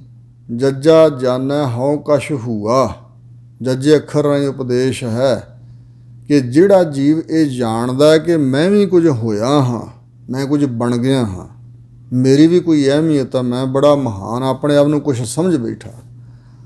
ਬਾਧਿਓ ਜਿਉ ਨਲਨੀ ਭਰਮ ਸੂਆ, ਉਹ ਇੰਜ ਵੱਜ ਗਿਆ ਹੰਗਤਾ ਦੇ ਬੰਧਨਾਂ ਵਿੱਚ। ਹੰਗਤਾ ਤੋਂ ਅੱਗੇ ਹੋਰ ਵੀ ਕਈ ਬੰਧਨ ਪੈਦਾ ਹੋਏ, ਉਹਨਾਂ ਬੰਧਨਾਂ 'ਚ ਇੰਜ ਵੱਜ ਗਿਆ ਜਿਉ ਨਲਨੀ ਭਰਮ ਸੂਆ। ਸੂਆ ਅਰਥ ਹੈ ਤੋਤਾ, ਨਲਨੀ ਨਲਕੀ ਹੁੰਦੀ ਹੈ। ਤੋਤੇ ਨੂੰ ਫੜਨ ਵਾਸਤੇ ਸ਼ਿਕਾਰੀਆਂ ਦੇ ਕੋਲ ਇੱਕ ਤਰੀਕਾ ਹੈ, ਕਿਉਂਕਿ ਤੋਤਾ ਅਨਾਰ ਖਾਣ ਦਾ ਬੜਾ ਸ਼ੌਕੀਨ ਹੁੰਦਾ। ਇੱਕ ਬੱਠਲ ਭਰ ਲੈਂਦੇ ਨੇ ਪਾਣੀ ਦਾ, ਅਤੇ ਉਹਦੇ ਉੱਪਰ ਇੱਕ ਨਲਕੀ ਰੱਖਦੇ ਨੇ, ਹੇਠਾਂ ਪਾਣੀ ਦੇ ਵਿੱਚ ਅਨਾਰ ਰੱਖ ਦਿੰਦੇ ਆ, ਅਤੇ ਤੋਤਾ ਆਉਂਦਾ ਹੈ ਉਸ ਨਲੇ ਦੇ ਉੱਤੇ, ਨਲਕੀ ਉੱਪਰ ਬਹਿ ਜਾਂਦਾ, ਅਤੇ ਉਹ ਗੋਲ ਜੋ ਹੈ ਜਿਹੜਾ ਨੜਾ ਹੈ, ਨਲਕੀ ਜੋ ਹੈ ਉਹ ਘੁੰਮ ਜਾਂਦੀ ਹੈ, ਪਹੁੰਚੇ ਉਹਦੇ ਨਾਲ ਹੁੰਦੇ ਨੇ, ਅਤੇ ਤੋਤਾ ਘੁੰਮ ਕੇ ਉਲਟਾ ਹੋ ਜਾਂਦਾ, ਅਤੇ ਉਹਨੂੰ ਇੰਝ ਪ੍ਰਤੀਤ ਹੁੰਦਾ ਜਿਹੜਾ ਬੱਠਲ 'ਚ ਪਾਣੀ ਬਹੁਤ ਜ਼ਿਆਦਾ, ਮੈਂ ਜੇ ਆਪਣੇ ਪੈਰ ਛੱਡ ਦਿੱਤੇ, ਪੈਰਾਂ ਦੀ ਪਕੜ ਢਿੱਲੀ ਕਰ ਦਿੱਤੀ, ਡੁੱਬ ਕੇ ਮਰ ਜਾਣਾ। ਅਤੇ ਤੋਤਾ ਅਨਾਰ ਨੂੰ ਵੀ ਨਹੀਂ ਛੱਡ ਸਕਦਾ, ਇਸ ਕਰਕੇ ਆ ਕੇ ਬੈਠਦਾ ਹੈ, ਮੂਧਾ ਪੁੱਠਾ ਹੋ ਜਾਂਦਾ, ਛੱਡਦਾ ਨਹੀਂ ਡੁੱਬ ਜਾਣ ਦੇ ਡਰੋਂ। ਇੰਨੇ ਚਿਰ ਨੂੰ ਸ਼ਿਕਾਰੀ ਪਕੜ ਲੈਂਦੇ ਨੇ। ਇਸ ਤਰ੍ਹਾਂ ਦੇ ਦ੍ਰਿਸ਼ਟਾਂਤ ਹਜ਼ੂਰ ਦੀ ਬਾਣੀ 'ਚ ਹੋਰ ਥਾਵਾਂ 'ਤੇ ਵੀ ਆਏ ਨੇ। ਜਿਉ ਨਲਨੀ ਸੂਅਟਾ ਗਹਿਓ ਮਨ ਬੌਰਾ ਰੇ, ਸੋ ਇਸ ਪ੍ਰਕਾਰ ਹੈ ਬੌਰੇ ਝੱਲੇ ਮਨ, ਜਿਸ ਤਰ੍ਹਾਂ ਨਲਨੀ ਦੇ ਉੱਤੇ ਆ ਕੇ ਬਹਿ ਕੇ ਤੋਤਾ ਪਕੜਿਆ ਗਿਆ। ਇੱਥੇ ਵੀ ਹਜ਼ੂਰ ਵਚਨ ਕਰਦੇ ਨੇ ਜਿਵੇਂ ਭਰਮ 'ਚ ਪਿਆ ਹੋਇਆ ਜਿਹੜਾ ਤੋਤਾ ਹੈ ਉਹ ਨਲਨੀ 'ਤੇ ਆ ਕੇ ਬੈਠਿਆ ਅਤੇ ਵੱਜ ਗਿਆ, ਬੰਧਨ 'ਚ ਪੈ ਗਿਆ।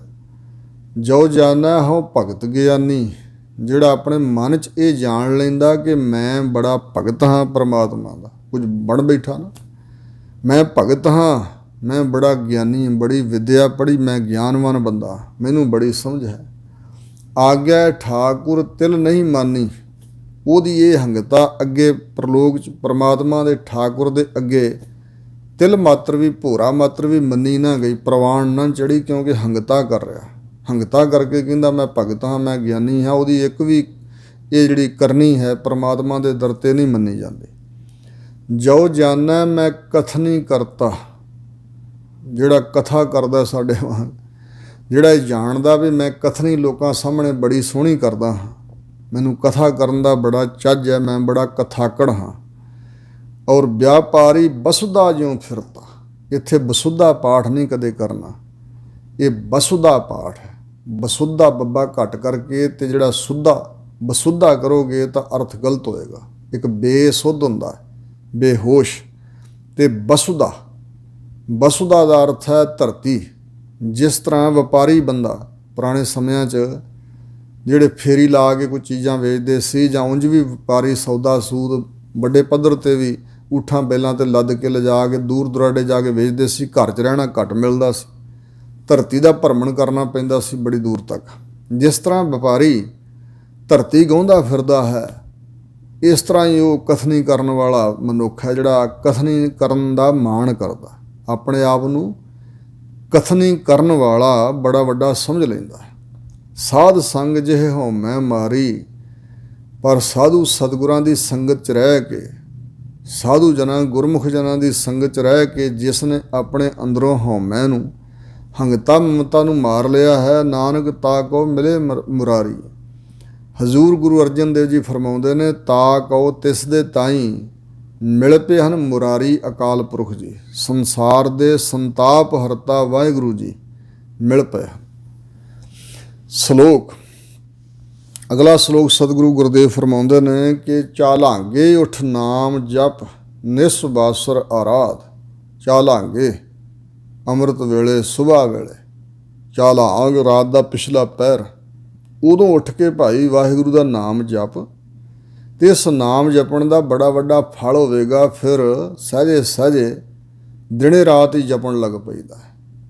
ਜਿਹੜੇ ਨਾਮ ਨੂੰ ਅੰਮ੍ਰਿਤ ਵੇਲੇ ਇਕਾਗਰਤਾ ਨਾਲ ਜਪਣਾ ਹੈ, ਹੋਰ ਕੰਮ ਧੰਦੇ ਕਰਦਿਆਂ ਨਿਸ ਰਾਤ ਦੇ ਸਮੇਂ ਵੀ, ਬਾਸੁਰ ਦਿਨ ਦੇ ਸਮੇਂ ਵੀ ਆਰਾਧਿਆ ਕਰ। ਕਾਰਾ ਤੁਝਾ ਨਾ ਵਿਆਪਈ, ਕਾਰਾ ਦਾ ਅਰਥ ਹੈ ਕਾੜਾ, ਕਾੜਾ ਤੋਂ ਮਤਲਬ ਚਿੰਤਾ। ਫਿਰ ਤੈਨੂੰ ਚਿੰਤਾ ਨਹੀਂ ਵਿਆਪੇਗੀ। ਜਦੋਂ ਪਰਮਾਤਮਾ ਦੇ ਵਿਸ਼ਵਾਸ ਬਣ ਗਿਆ, ਰੱਬ ਦਾ ਨਾਮ ਜਪੇਗਾ, ਆਰਾਧੀ ਜਾਏਗਾ, ਤਾਂ ਤੇਰਾ ਯਕੀਨ ਵੱਧਦਾ ਜਾਏਗਾ ਕਿ ਸਭ ਕੋ ਦੇਵਨਹਾਰ, ਦੱਦਾ ਦਾਤਾ ਏਕ ਹੈ, ਸਭ ਕੋ ਦੇਵਨਹਾਰ, ਦਿੰਦੇ ਟੂਟ ਨਾ ਆਵੇ ਗਣਤ ਭਰੇ ਭੰਡਾਰ। ਫਿਰ ਤੈਨੂੰ ਚਿੰਤਾ ਨਹੀਂ ਵਿਆਪੇਗੀ, ਚਿੰਤਾ ਆਪਣਾ ਜ਼ੋਰ ਨਹੀਂ ਪਾਵੇਗੀ। ਨਾਨਕ ਮਿਟੈ ਉਪਾਧ, ਸੋ ਫਿਰ ਤੇਰੇ ਸਿਰ ਤੋਂ ਦੁੱਖ ਤਕਲੀਫਾਂ ਸਾਰੀਆਂ ਮਿਟ ਜਾਂਦੀਆਂ ਹਨ। ਭਾਵ ਹੈ ਕਿ ਕੋਈ ਦੁੱਖ ਤਕਲੀਫ ਤੇਰੇ ਮਨ ਦੇ ਉੱਪਰ ਪ੍ਰਭਾਵ ਨਹੀਂ ਪਾ ਸਕੇ। ਕੁਛ ਹੋ ਜਾਏ, ਤੇਰੀਆਂ ਸਭ ਉਪਾਧੀਆਂ, ਤੇਰੇ ਸਿਰ ਤੋਂ ਸਭ ਉਪਦਰਵ, ਸਭ ਕੁਝ ਮਿਟ ਜਾਏਗਾ। ਪੌੜੀ, ਝੱਜਾ ਝੂਰਨ ਮਿਟੈ ਤੁਮਾਰੋ, ਝੱਜੇ ਅੱਖਰ ਉਪਦੇਸ਼ ਦਿੰਦੇ ਹਨ ਕਿ ਤੇਰੇ ਹਿਰਦੇ 'ਚੋਂ ਝੂਰਨਾ ਮਿਟ ਜਾਏਗਾ। ਰਾਮ ਨਾਮ ਸਿਉ ਕਰ ਵਿਵਹਾਰੋ, ਪਰ ਕਿੰਝ ਮਿਟੇਗਾ? ਜੋ ਰਾਮ ਵਿਆਪਕ ਸਰੂਪ ਹੈ ਵਾਹਿਗੁਰੂ, ਉਹਦੇ ਨਾਮ ਦੇ ਨਾਲ ਵਿਹਾਰ ਕਰ, ਵਣਜ ਕਰ ਵਾਹਿਗੁਰੂ ਦੇ ਨਾਮ ਦਾ। ਜਾ ਕਉ ਆਏ ਸੋਈ ਬਿਹਾਜੋ, ਹਰ ਗੁਰ ਤੇ ਮਨ ਹੈ ਬਸੇਰਾ। ਬਿਹਾਜਣਾ ਮਤਲਬ ਵਪਾਰ ਕਰਨਾ। ਝੂਰਤ ਝੂਰਤ ਸਾਕਤ ਮੂਆ, ਤੂੰ ਭਾਈ ਜੇ ਰੱਬ 'ਤੇ ਵਿਸ਼ਵਾਸ ਕਰੇ ਫਿਰ ਝੂਰੇਗਾ ਨਹੀਂ। ਜਿਹੜਾ ਸਾਕਤ ਸ਼ਕਤੀ ਦਾ ਪਾਸ਼ਕ ਹੈ, ਰੱਬ ਤੋਂ ਬੇਮੁਖ ਬੰਦਾ, ਉਹ ਤਾਂ ਝੂਰਦਾ ਝੂਰਦਾ ਹੀ ਮਰ ਗਿਆ, ਭਾਵ ਆਤਮਕ ਮੌਤੇ ਮਰਿਆ। ਅੰਦਰੋਂ ਮਰ ਚੁੱਕਾ ਮੌਤ ਆਤਮਿਕ ਤੌਰ 'ਤੇ। ਜਾ ਕੇ ਹਿਰਦੈ ਹੋਤ ਭਾਉ ਬੀਆ, ਜਿਹਦੇ ਹਿਰਦੇ 'ਚ ਹੋਤ ਹੁੰਦਾ ਹੈ ਬੀਆ ਦੂਜਾ ਭਾਉ ਪ੍ਰੇਮ, ਵਾਹਿਗੁਰੂ ਨੂੰ ਛੱਡ ਕੇ ਹੋਰ ਸਪ੍ਰੀਤ ਹੈ, ਭਾਵ ਮਾਇਆ ਦੀ, ਸੰਸਾਰ ਦੀ, ਸਰੀਰਾਂ ਦੀ, ਅਤੇ ਉਹਦੇ ਹਿਰਦੇ 'ਚ ਇਹ ਪ੍ਰੇਮ ਹੁੰਦਾ ਸੰਸਾਰੀ। ਇਸ ਕਰਕੇ ਉਹ ਸਾਕਤ ਝੂਰਦਾ ਝੂਰਦਾ ਆਖਰ ਮਰ ਗਿਆ।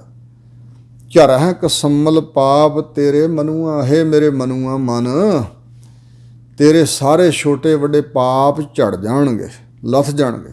ਪਾਪਾਂ ਦੇ ਸੰਸਕਾਰ ਮਿਟ ਜਾਣਗੇ, ਕੋਈ ਪਾਪ ਨਹੀਂ ਰਹਿ ਜਾਏਗਾ। ਜਿਵੇਂ ਸਤਿਗੁਰੂ ਤੇਗ ਬਹਾਦਰ ਜੀ ਕੋਲ ਸਾਈਂ ਮੀਆਂ ਮੀਰ ਦੇ ਸਨ ਮੁਰੀਦ ਮੀਰਾਂ ਸ਼ਾਹ ਜੀ ਆਏ, ਅਤੇ ਇਸ ਕਰਕੇ ਸਪੈਸ਼ਲ ਚੱਲ ਕੇ ਆਏ ਲਾਹੌਰ ਤੋਂ ਕਿ ਗੁਰੂ ਮਹਾਰਾਜ ਜੀ ਇੱਕ ਸੰਸਾ ਨਿਵਰਤ ਕਰੋ। ਤਾਂ ਹਜ਼ੂਰ ਕਹਿੰਦੇ ਦੱਸੋ। ਕਹਿਣ ਲੱਗੇ ਜੀ ਜਦੋਂ ਤੋਂ ਦਰਵੇਸ਼ੀ ਧਾਰਨ ਕੀਤੀ ਉਦੋਂ ਤੋਂ ਲੈ ਕੇ ਤੇ ਬੁਰਾ ਕਰਮ ਕੋਈ ਨਹੀਂ ਕੀਤਾ, ਪਰ ਮਨ 'ਚ ਖਿਆਲ ਉਪਜਦਾ ਰਹਿੰਦਾ ਜਿਹੜੇ ਪਹਿਲਾਂ ਕਮਾਏ ਹੋਣਗੇ ਉਹ ਕਿਵੇਂ ਮਿਟਣਗੇ। ਤਾਂ ਹਜ਼ੂਰ ਨੇ ਕਿਹਾ ਵਾਹ ਪੀਰ ਜੀ ਵਾਹ, ਵਾਹਿਗੁਰੂ ਦਾ ਸੱਚੇ ਦਿਲੋਂ ਕੀਤਾ ਸਿਮਰਨ ਇੱਥੇ ਤੱਕ ਲਿਜਾਉਂਦਾ। ਜਿਨ੍ਹਾਂ ਨੇ ਰੱਬ ਦਾ ਸਿਮਰਨ ਨਹੀਂ ਕੀਤਾ ਉਹ ਤਾਂ ਕੰਨੀਆਂ ਝਾੜ ਕੇ ਕਹਿੰਦੇ ਅਸੀਂ ਕੋਈ ਪਾਪ ਕੀਤਾ ਹੀ ਨਹੀਂ, ਬੁਰਾ ਕਰਮ ਅਸੀਂ ਕੀਤਾ ਹੀ ਨਹੀਂ, ਕਦੇ ਨਹੀਂ ਦੱਸਦੇ। ਪਰ ਜਿਨ੍ਹਾਂ ਨੇ ਸਿਮਰਨ ਕੀਤਾ ਹੈ ਉਹਨਾਂ ਦੇ ਅੰਦਰ ਇਹ ਪਿਛਲੇ ਕੀਤੇ ਕਰਮਾਂ ਦਾ ਪਛਤਾਵਾ ਜਨਮ ਲੈਂਦਾ, ਅਤੇ ਸੱਚੇ ਦਿਲੋਂ ਕੀਤਾ ਪਛਤਾਵਾ ਹੀ ਪਾਪਾਂ ਨੂੰ ਧੋ ਦਿੰਦਾ। ਵਾਹਿਗੁਰੂ ਦੇ ਸਿਮਰਨ ਦਾ ਇਹ ਫਲ ਹੈ। ਮਨੁੱਖ ਦੇ ਮਨ ਦੀ ਮੈਲ ਉਤਰਦੀ ਅੱਗੇ ਵਾਸਤੇ ਤਾਂ ਉਹ ਪਾਪ ਕਰਦਾ ਨਹੀਂ, ਪਰ ਜਿਹੜੇ ਪਿਛਲੇ ਸੰਸਕਾਰ ਹਨ ਪਛਤਾਵੇ ਕਰਕੇ ਅੰਦਰ ਪਛਤਾਵਾ ਜਨਮ ਲੈਂਦਾ ਕਿ ਮੈਂ ਕਮਾਏ ਹੋਣਗੇ ਜ਼ਰੂਰ ਬੁਰੇ ਕਰਮ, ਤਾਂ ਹੀ ਤਾਂ ਵਾਹਿਗੁਰੂ ਤੋਂ ਵਿਛੜੇ ਹੋਏ, ਕਮਾਏ ਨੇ ਤਾਂ ਵਿਛੜੇ ਹੋਏ ਨਾ। ਜੇ ਸਭ ਕੁਝ ਚੰਗਾ ਹੀ ਕੀਤਾ ਹੁੰਦਾ ਫਿਰ ਵਿਛੋੜਾ ਨਹੀਂ ਸੀ ਪੈਣਾ। ਅਤੇ ਫਿਰ ਇਹ ਪਛਤਾਵਾ ਜਿਹੜਾ ਦਿਲੋਂ ਕੀਤਾ ਪਛਤਾਵਾ ਇਹ ਪਾਪਾਂ ਨੂੰ ਧੋਂਦਾ। ਹਜ਼ੂਰ ਇੱਥੇ ਵੀ ਬਚਨ ਫਰਮਾ ਰਹੇ ਨੇ ਕਿ ਵਾਹਿਗੁਰੂ ਦਾ ਸਿਮਰਨ ਤੇਰੇ ਪਾਪਾਂ ਨੂੰ ਧੋਵੇਗਾ, ਝੜ ਜਾਣਗੇ ਤੇਰੇ ਕਸਮਲ ਮੈਲਿਆਂ ਕਰਨ ਵਾਲੇ। ਕਸ ਜਿਨ੍ਹਾਂ ਦੀ ਲੱਗਦੀ ਹੈ ਨਾ ਮਨ ਨੂੰ, ਕਸ ਲਾਉਣ ਵਾਲੇ, ਮੈਲ ਲਾਉਣ ਵਾਲੇ ਜਿਹੜੇ ਪਾਪ ਨੇ ਨਾ, ਗੁਨਾਹ ਐਬ ਖਤੇ ਸਭ ਤੇਰੇ ਝੜ ਜਾਣਗੇ। ਅੰਮ੍ਰਿਤ ਕਥਾ ਸੰਤ ਸੰਗ ਸੁਨੂਆ, ਜੇ ਤੂੰ ਪਰਮਾਤਮਾ ਦੀ ਅਮਰ ਕਰਨ ਵਾਲੀ ਕਥਾ ਭਾਵ ਸਿਫਤੋ ਸਫਾਤ ਸੰਤ ਜਨਾਂ ਦੀ ਸੰਗਤ ਵਿੱਚ ਜਾ ਕੇ ਸੁਣੇ ਤੇ ਤੇਰੇ ਪਾਪ ਝੜ ਜਾਣਗੇ। ਝਰਹਿ ਕਾਮ ਕ੍ਰੋਧ ਦ੍ਰਿਸ਼ਟਾਈ, ਦ੍ਰਿਸ਼ਟਾਈ ਵੈਰ ਕਰਨ ਵਾਲੇ, ਦੁਸ਼ਟਪੁਣਾ ਕਰਨ ਵਾਲੇ ਜਿਹੜੇ ਦੁਸ਼ਟ ਹਨ, ਕਾਮ ਕ੍ਰੋਧ ਆਦਿਕ, ਇਹ ਵੀ ਤੇਰੇ ਗਲੋਂ ਲੈ ਜਾਣਗੇ, ਇਹ ਝੜ ਜਾਣਗੇ। ਨਾਨਕ ਜਾਗੋ ਕਿਰਪਾ ਗੁਸਾਈ, ਵੇਖ ਚੇਤਾ ਰੱਖ ਸਿਮਰਨ ਤਾਂ ਕਰਨਾ ਪਰਮਾਤਮਾ ਦਾ ਕਿ ਉਹ ਸਾਡੇ 'ਤੇ ਕਿਰਪਾ ਕਰ ਦੇਵੇ। ਪਰ ਉਹਦੇ ਇਹ ਪਾਪ ਝੜਦੇ ਨੇ, ਇਹ ਵਿਕਾਰ ਉਹਦੇ ਗਲੋਂ ਲੱਥਦੇ ਨੇ ਜਿਸ ਦੇ ਉੱਪਰ ਵਾਹਿਗੁਰੂ ਜੀ ਗੁਸਾਈ, ਗੋ ਸ੍ਰਿਸ਼ਟੀ ਦੇ ਸਾਈਂ ਮਾਲਕ ਵਾਹਿਗੁਰੂ ਜੀ ਕਿਰਪਾ ਕਰ ਦਿੰਦੇ ਨੇ। ਸ਼ਲੋਕ, ਅਗਲਾ ਸ਼ਲੋਕ ਹਜ਼ੂਰ ਉਚਾਰਦੇ ਨੇ, ਯਤਨ ਕਰੋ ਤੁਮ ਅਨਕ ਬਿਧ। ਉਂਝ ਤਾਂ ਯਤਨ ਸ਼ਬਦ ਆ ਜਿਹਨੂੰ ਕੋਸ਼ਿਸ਼, ਯਤਨ, ਉਦਮ ਆਦਿ ਕਹਿ ਲਿਆ ਜਾਂਦਾ, ਪਰ ਯਈਆਂ ਅੱਖਰ ਹਜ਼ੂਰ ਨੇ ਵਰਤਿਆ। ਝੱਜੇ ਤੋਂ ਅਗਲਾ ਅਰਥ ਹੈ ਯਈਆਂ। ਇੱਥੇ ਹਜ਼ੂਰ ਕਹਿੰਦੇ ਨੇ ਯਤਨ ਕਰੋ ਤੁਮ ਅਨਕ ਬਿਧ। ਜੇ ਭਾਈ ਤੁਸੀਂ ਅਨੇਕਾਂ ਵਿਧੀਆਂ ਢੰਗ ਤਰੀਕਿਆਂ ਨਾਲ ਯਤਨ ਕਰੋ ਕਿ ਇਸ ਦੁਨੀਆ 'ਤੇ ਸਦਾ ਬੈਠੇ ਰਹੀਏ ਤਾਂ ਰਹਿਣ ਨਾ ਪਾਵੋ ਉਮੀਦ। ਹੇ ਮਿੱਤਰ ਜੀ ਇੱਥੇ ਰਹਿਣਾ ਪ੍ਰਾਪਤ ਨਹੀਂ ਕਰੋਗੇ। ਅਨੇਕਾਂ ਯਤਨ ਭਾਵੇਂ ਕਰ ਲਵੋ, ਅਨੇਕਾਂ ਨੇ ਯਤਨ ਕੀਤੇ। ਜਿਵੇਂ ਕਾਹਨਾ ਕਹਿੰਦਾ ਦਸਮ ਦੁਆਰ 'ਚ ਪ੍ਰਾਣ ਚੜ੍ਹਾ ਲੈਣਾ, ਮੇਰੇ ਤਾਂ ਕੋਈ ਮਾਰ ਹੀ ਨਹੀਂ ਸਕੇਗਾ। ਤਾਂ ਮਹਾਰਾਜ ਕਹਿੰਦੇ ਦਸਵਾਂ ਦੁਆਰ ਹੀ ਪਹਿਲਾਂ ਭੱਜ ਜਾਏਗਾ, ਫਿਰ ਕਿਵੇਂ ਪ੍ਰਾਣਾਂ ਨੂੰ ਟਿਕਾਏਗਾ। ਕਿਸੇ ਢੰਗ ਨਾਲ ਵੀ ਇੱਥੇ ਰਹਿਣਾ ਪ੍ਰਾਪਤ ਨਹੀਂ ਕਰੋਗੇ। ਜੀਵਤ ਰਹੋ ਹਰ ਹਰ ਭਜੋ, ਨਾਨਕ ਨਾਮ ਪ੍ਰੀਤ। ਮਹਾਰਾਜ ਕਹਿੰਦੇ ਜੇ ਜੀਵਤ ਰਹਿਣਾ ਚਾਹੁੰਦੇ ਹੋ ਨਾ ਤਾਂ ਵਾਹਿਗੁਰੂ ਜੀ ਦੇ ਨਾਮ ਨਾਲ ਪ੍ਰੀਤ ਪਾ ਕੇ ਅਤੇ ਵਾਹਿਗੁਰੂ ਵਾਹਿਗੁਰੂ ਵਾਹਿਗੁਰੂ ਦਾ ਭਜਨ ਕਰੋ। ਫਿਰ ਤੁਸੀਂ ਆਤਮਿਕ ਜੀਵਨ ਪ੍ਰਾਪਤ ਕਰਕੇ ਸਦਾ ਲਈ ਅਮਰ ਹੋ ਜਾਓਗੇ, ਜਿਉਂਦੇ ਹੀ ਰਹੋਗੇ। ਕੋਈ ਸੰਸਾਰੀ ਬੰਦਾ ਇੱਥੇ ਪ੍ਰਸ਼ਨ ਉਠਾ ਸਕਦਾ ਵੀ ਇੱਕ ਪਾਸੇ ਕਹਿ ਰਹੇ ਹੋ ਅਨੇਕਾਂ ਯਤਨਾਂ ਨਾਲ ਤੁਸੀਂ ਇਸ ਦੁਨੀਆ 'ਤੇ ਰਹਿਣਾ ਨਹੀਂ ਪਾਓਗੇ, ਇਹ ਤੁਸੀਂ ਕਹਿ ਰਹੇ ਹੋ ਵੀ ਜੀਵਤ ਰਹੋਗੇ। ਅਤੇ ਜਿਹੜੇ ਭਗਤ ਨੇ ਸਿਮਰਨ ਕਰਨ ਵਾਲੇ ਵੱਡੇ ਵੱਡੇ ਸੰਤ, ਸਰੀਰ ਤੇ ਉਹਨਾਂ ਦੇ ਵੀ ਨਹੀਂ ਰਹੇ, ਸਰੀਰਕ ਤੌਰ 'ਤੇ ਜਿਉਂਦਾ ਤੇ ਕੋਈ ਰਿਹਾ ਨਹੀਂ। ਬੜੇ ਲੋਕ ਚਲੇ ਗਏ, ਧਰਮਾਤਮਾ, ਰਾਜੇ ਮਹਾਰਾਜੇ, ਸੰਤ ਭਗਤ, ਅਵਤਾਰ, ਪੈਗੰਬਰ ਸਭ ਚਲੇ ਗਏ। ਹਾਂ, ਸਰੀਰਕ ਤੌਰ 'ਤੇ ਨਹੀਂ ਕੋਈ ਰਿਹਾ, ਪਰ ਉਹ ਖਤਮ ਨਹੀਂ ਹੋਏ, ਅਮਰ ਹੀ ਹਨ। ਜਿਵੇਂ ਇੱਕ ਵਾਰੀ ਇੱਕ ਮਹਾਤਮਾ ਨੇ ਦਾਸ ਨਾਲ ਗੱਲਬਾਤ ਕਰਦਿਆਂ ਕਿਹਾ ਵੀ ਬਾਬਾ ਦੀਪ ਸਿੰਘ ਜੀ, ਬਾਬਾ ਬੁੱਢਾ ਜੀ ਵਰਗੇ ਕਿਤੇ ਮਰ ਥੋੜ੍ਹਾ ਗਏ ਨੇ, ਅੱਜ ਵੀ ਉਹਨਾਂ ਨੂੰ ਅੰਦਰੋਂ ਯਾਦ ਕਰੀਏ ਤੇ ਸਾਹਮਣੇ ਆ ਖੜੇ ਹੁੰਦੇ ਨੇ, ਦਰਸ਼ਨ ਬਖਸ਼ ਦਿੰਦੇ ਨੇ। ਉਹ ਹੈ ਸਨ ਇਸ ਅਵਸਥਾ ਵਾਲੇ, ਉਹਨਾਂ ਨੂੰ ਦਰਸ਼ਨ ਹੁੰਦੇ ਸਨ। ਉਹ ਕਹਿੰਦੇ ਉਹ ਤਾਂ ਅੰਦਰ ਭਾਵਨਾ ਹੀ ਪ੍ਰਗਟ ਕਰਨ ਦੀ ਲੋੜ ਆ, ਉਹ ਪ੍ਰਮਾਤਮਾ ਵਿੱਚ ਹੀ ਇਹ ਭੇਦ ਨੇ ਅਤੇ ਪ੍ਰਮਾਤਮਾ ਸਦਾ ਹੀ ਜੀਵਤ ਹੈ। ਇਹ ਉਸ ਜੀਵਨ ਦੀ ਗੱਲ ਸਤਿਗੁਰੂ ਕਰ ਰਹੇ ਨੇ ਵੀ ਜੇ ਅਸਲੀ ਜੀਵਨ ਚਾਹੁੰਦੇ ਹੋ ਨਾ, ਸਰੀਰ ਦਾ ਜੀਵਨ ਤੇ ਕੋਈ ਜੀਵਨ ਨਹੀਂ ਹੈ। ਸਰੀਰ ਦਾ ਮਰ ਜਾਣਾ ਕੋਈ ਮੌਤ ਥੋੜ੍ਹਾ। ਰੱਬ ਦੇ ਪਿਆਰਿਆਂ ਨੂੰ ਮੌਤ ਨਹੀਂ ਮਾਰ ਸਕਦੀ। ਨਾਮ ਨਾਲ ਪ੍ਰੀਤ ਪਾ ਕੇ ਵਾਹਿਗੁਰੂ ਵਾਹਿਗੁਰੂ ਦਾ ਭਜਨ ਕਰੋ ਅਤੇ ਫਿਰ ਸਦਾ ਲਈ ਜਿਉਂਦੇ ਰਹੋਗੇ। ਇੱਥੇ ਅਰਥ ਇਹ ਵੀ ਨਾ ਸਮਝਣਾ ਕਿ ਉਹਨਾਂ ਦਾ ਜਸ ਰਹਿੰਦਾ, ਦੁਨੀਆ ਦੇ ਨਾਮ ਰਹਿੰਦਾ, ਇਸ ਕਰਕੇ ਜਿਉਂਦੇ। ਨਹੀਂ ਨਹੀਂ, ਅਸਲੀਅਤ ਵਿੱਚ ਵੀ, ਕਿਉਂਕਿ ਉਹ ਪ੍ਰਮਾਤਮਾ 'ਚ ਭੇਦ ਹੋਏ ਨੇ। ਜਿਵੇਂ ਭਗਤ ਰਾਮਾਨੰਦ ਜੀ ਜਦੋਂ ਚੜ੍ਹਾਈ ਕਰ ਗਏ ਅਤੇ ਉਹਨਾਂ ਦੇ ਚੇਲੇ ਰੋਣ ਬੜਾ। ਕਬੀਰ ਜੀ ਨਾ ਰੋਂਦੇ ਸੀ ਅਤੇ ਨਾਲੇ ਸਾਰਿਆਂ ਨੂੰ ਰੋਕਦੇ ਸਨ ਵੀ ਕਿਉਂ ਰੋਂਦੇ ਹੋ। ਤਾਂ ਉਹਨਾਂ ਨੇ ਕਬੀਰ ਜੀ ਨੂੰ ਪੁੱਛਿਆ ਕਿ ਕਬੀਰ ਜੀ ਕੀ ਤੁਸੀਂ ਰੌਲਾ ਪਾਈ ਜਾਂਦੇ ਹੋ ਵੀ ਰੋਵੋ ਨਾ। ਸਾਡੇ ਸੰਤ ਗੁਰੂ ਰਾਮਾਨੰਦ ਜੀ ਇੰਨਾ ਪਿਆਰ ਸਾਡੇ ਨਾਲ ਕਰਦੇ ਸੀ, ਸਾਨੂੰ ਉਹਨਾਂ ਇੰਨਾ ਗਿਆਨ ਬਖਸ਼ਿਆ ਅਤੇ ਇੰਨੀ ਮੁਹੱਬਤ ਸਾਡੇ ਨਾਲ ਕਰਦੇ ਸੀ, ਅਸੀਂ ਉਹਨਾਂ ਨੂੰ ਰੋਈਏ ਨਾ ਤਾਂ ਹੋਰ ਕੀ ਕਰੀਏ। ਕਬੀਰ ਜੀ ਕਹਿਣ ਲੱਗੇ, ਕਬੀਰ ਸੰਤ ਮੂਏ ਕਿਆ ਰੋਈ ਹੈ, ਜੋ ਆਪਣੇ ਗ੍ਰਹਿ ਜਾਏ। ਆਪਣੇ ਘਰ ਵਿੱਚ ਗਏ ਨੇ। ਰੋਵੋ ਸਾਕਤ ਵਾਪਰੈ, ਜੋ ਹਟ ਹੈ ਹਟ ਬਿਕਾਏ। ਜਿਹੜੇ ਸਾਕਤ ਸ਼ਕਤੀ ਮਾਇਆ ਦੇ ਉਪਾਸ਼ਕੀ ਬਣੇ ਰਹੇ, ਉਹ ਮਰੇ ਅਤੇ ਉਹਨਾਂ ਨੂੰ ਰੋਇਆ ਕਰੋ। ਉਹਨਾਂ 84 ਲੱਖ ਜੂਨਾਂ ਦੀਆਂ ਹੱਟੀਆਂ 'ਚ ਵਿਕਦੇ ਫਿਰਨਾ। ਇਹ ਹੱਟੀਆਂ 'ਚ ਵਿਕਣਾ ਹੈ, ਕੌਡੀਆਂ ਦੇ ਭਾਅ ਵਿਕਣਾ, ਜਿਹੜਾ ਟੇਢੀਆਂ ਜੂਨਾਂ 'ਚ ਪੈ ਜਾਣਾ। ਰੱਬ ਦੇ ਸੰਤ ਤਾਂ ਪਰਮਾਤਮਾ ਰੂਪ ਹੋ ਕੇ ਪ੍ਰਮਾਤਮਾ ਵਿੱਚ ਭੇਦ ਹੋਏ ਨੇ। ਥਿਰ ਪਾਰ ਬ੍ਰਹਮ ਪਰਮੇਸ਼ਰੋ ਸੇਵਕ ਥਿਰ ਹੋਸੀ, ਉਹ ਸਥਿਰ ਹੋਏ ਨੇ। ਪਵੜੀ ਨਿਆਂ ਯਾਣੋ ਦ੍ਰਿੜ ਸਹੀ, ਬਿਨਸ ਜਾਤ ਇਹ ਹੇਤ। ਨਿਆਂ ਅੱਖਰ ਨੇ ਉਪਦੇਸ਼ ਦਿੰਦੇ ਨੇ ਕਿ ਆਪਣੇ ਹਿਰਦੇ ਦੇ ਅੰਦਰ ਸਹੀ ਭਾਵ ਸ਼ੁੱਧ, ਜੋ ਬਿਲਕੁਲ ਦਰੁਸਤ ਗੱਲ ਹੈ, ਇਹ ਦ੍ਰਿੜ ਕਰਕੇ ਜਾਣੋ। ਬਿਨਸ ਜਾਤ ਇਹ ਹੇਤ, ਜਿਹੜਾ ਹੇਤ ਅਸੀਂ ਸੰਸਾਰ ਨਾਲ ਲਾਇਆ ਹੋਇਆ ਨਾ, ਇਹ ਬਿਨਸ ਜਾਂਦਾ ਹੈ। ਸੰਬੰਧ ਹੀ ਟੁੱਟ ਜਾਂਦੇ ਨੇ। ਮੋਹ ਕੀਤਾ ਕੀ ਕਰੇਗਾ। ਇਹ ਜਿਹੜਾ ਹੇਤ ਹੈ ਸੰਸਾਰ ਦੇ ਨਾਲ, ਮੋਹ ਹੈ, ਬਿਨਸ ਜਾਂਦਾ ਹੈ। ਗਣਤੀ ਗਣੋ ਨਾ ਗਣ ਸਕੋ, ਊਠ ਸੁਧਾਰੇ ਕੇਤ। ਕੇਤ ਮੈਨੇ ਕਿੰਨੇ ਉੱਠ ਕੇ ਇੱਥੋਂ ਸੁਧਾਰੇ ਚਲੇ ਗਏ। ਜੇ ਉਹਨਾਂ ਦੀ ਗਿਣਤੀ ਗਣੀਏ ਅਤੇ ਮੈਂ ਗਿਣ ਨਹੀਂ ਸਕਦਾ। ਨਾ ਗਿਣਤੀ ਹੋ ਸਕਦੀ ਹੈ, ਨਾ ਗਿਣ ਸਕਦੇ ਹਾਂ। ਨਾ ਗਿਣਤੀ ਕੀਤੀ ਜਾ ਸਕਦੀ ਹੈ ਅਤੇ ਨਾ ਗਿਣਤੀ ਕੋਈ ਕਰ ਹੀ ਸਕੇਗਾ। ਨਾ ਮੈਂ ਗਿਣਤੀ ਕਰਦਾ ਹਾਂ ਅਤੇ ਨਾ ਗਿਣਤੀ ਹੋ ਸਕਦੀ। ਜਿਹੜਾ ਕੰਮ ਹੋ ਹੀ ਨਹੀਂ ਸਕਦਾ, ਉਹਨੂੰ ਕਿਵੇਂ ਕੋਈ ਕਰਨ ਲੱਗ ਪਿਆ। ਕਿੰਨੇ ਲੋਕ ਉੱਠ ਕੇ ਸੁਧਾਰੇ ਚਲੇ ਗਏ, ਇੱਥੋਂ ਸਫਾ ਵਲੇਟੀ ਗਈ ਵੱਡਿਆਂ ਰਾਜਿਆਂ ਮਹਾਰਾਜਿਆਂ ਦੀ, ਅਤੇ ਨਾ ਇਸ ਕਰਕੇ ਮੈਂ ਗਿਣਤੀ ਗਿਣਦਾ ਅਤੇ ਨਾ ਹੋ ਹੀ ਸਕਦੀ ਹੈ। ਯੂੰ ਪੇਖੋ ਸੋ ਬਿਨਸਤੋ, ਕਾਸਿਓ ਕਰੀਏ ਸੰਗ। ਜੋ ਵੀ ਯੂੰ ਪੇਖੋ, ਜੋ ਵੀ ਮੈਂ ਵੇਖਦਾ ਹਾਂ, ਸੋ ਬਿਨਸਤੋ, ਉਹ ਬਿਨਸ ਜਾਂਦਾ ਹੈ, ਬਿਨਸ ਜਾਣ ਵਾਲਾ ਹੈ। ਜਿਸ ਨੂੰ ਵੀ ਵੇਖੀਏ ਸੰਸਾਰ ਵਿੱਚ, ਜਿਸ ਵਸਤੂ ਨੂੰ ਜਾਂ ਜਿਸ ਸਰੀਰ ਨੂੰ, ਜੀਵ ਨੂੰ, ਉਹ ਬਿਨਸ ਜਾਂਦਾ ਹੈ। ਕਾਸਿਓ ਕਰੀਏ ਸੰਗ, ਹਰ ਇੱਕ ਨੇ ਖਤਮ ਹੋਣਾ ਹੈ। ਕਿਸ ਦੇ ਨਾਲ ਸੰਗ ਸਾਥ ਕਰੀਏ। ਹਜ਼ੂਰ ਨੇ ਕਿਹਾ, ਕਿਸ ਨਾਲ ਕੀਚੈ ਦੋਸਤੀ, ਸਭ ਜਗ ਚੱਲਣ ਹਾਰ।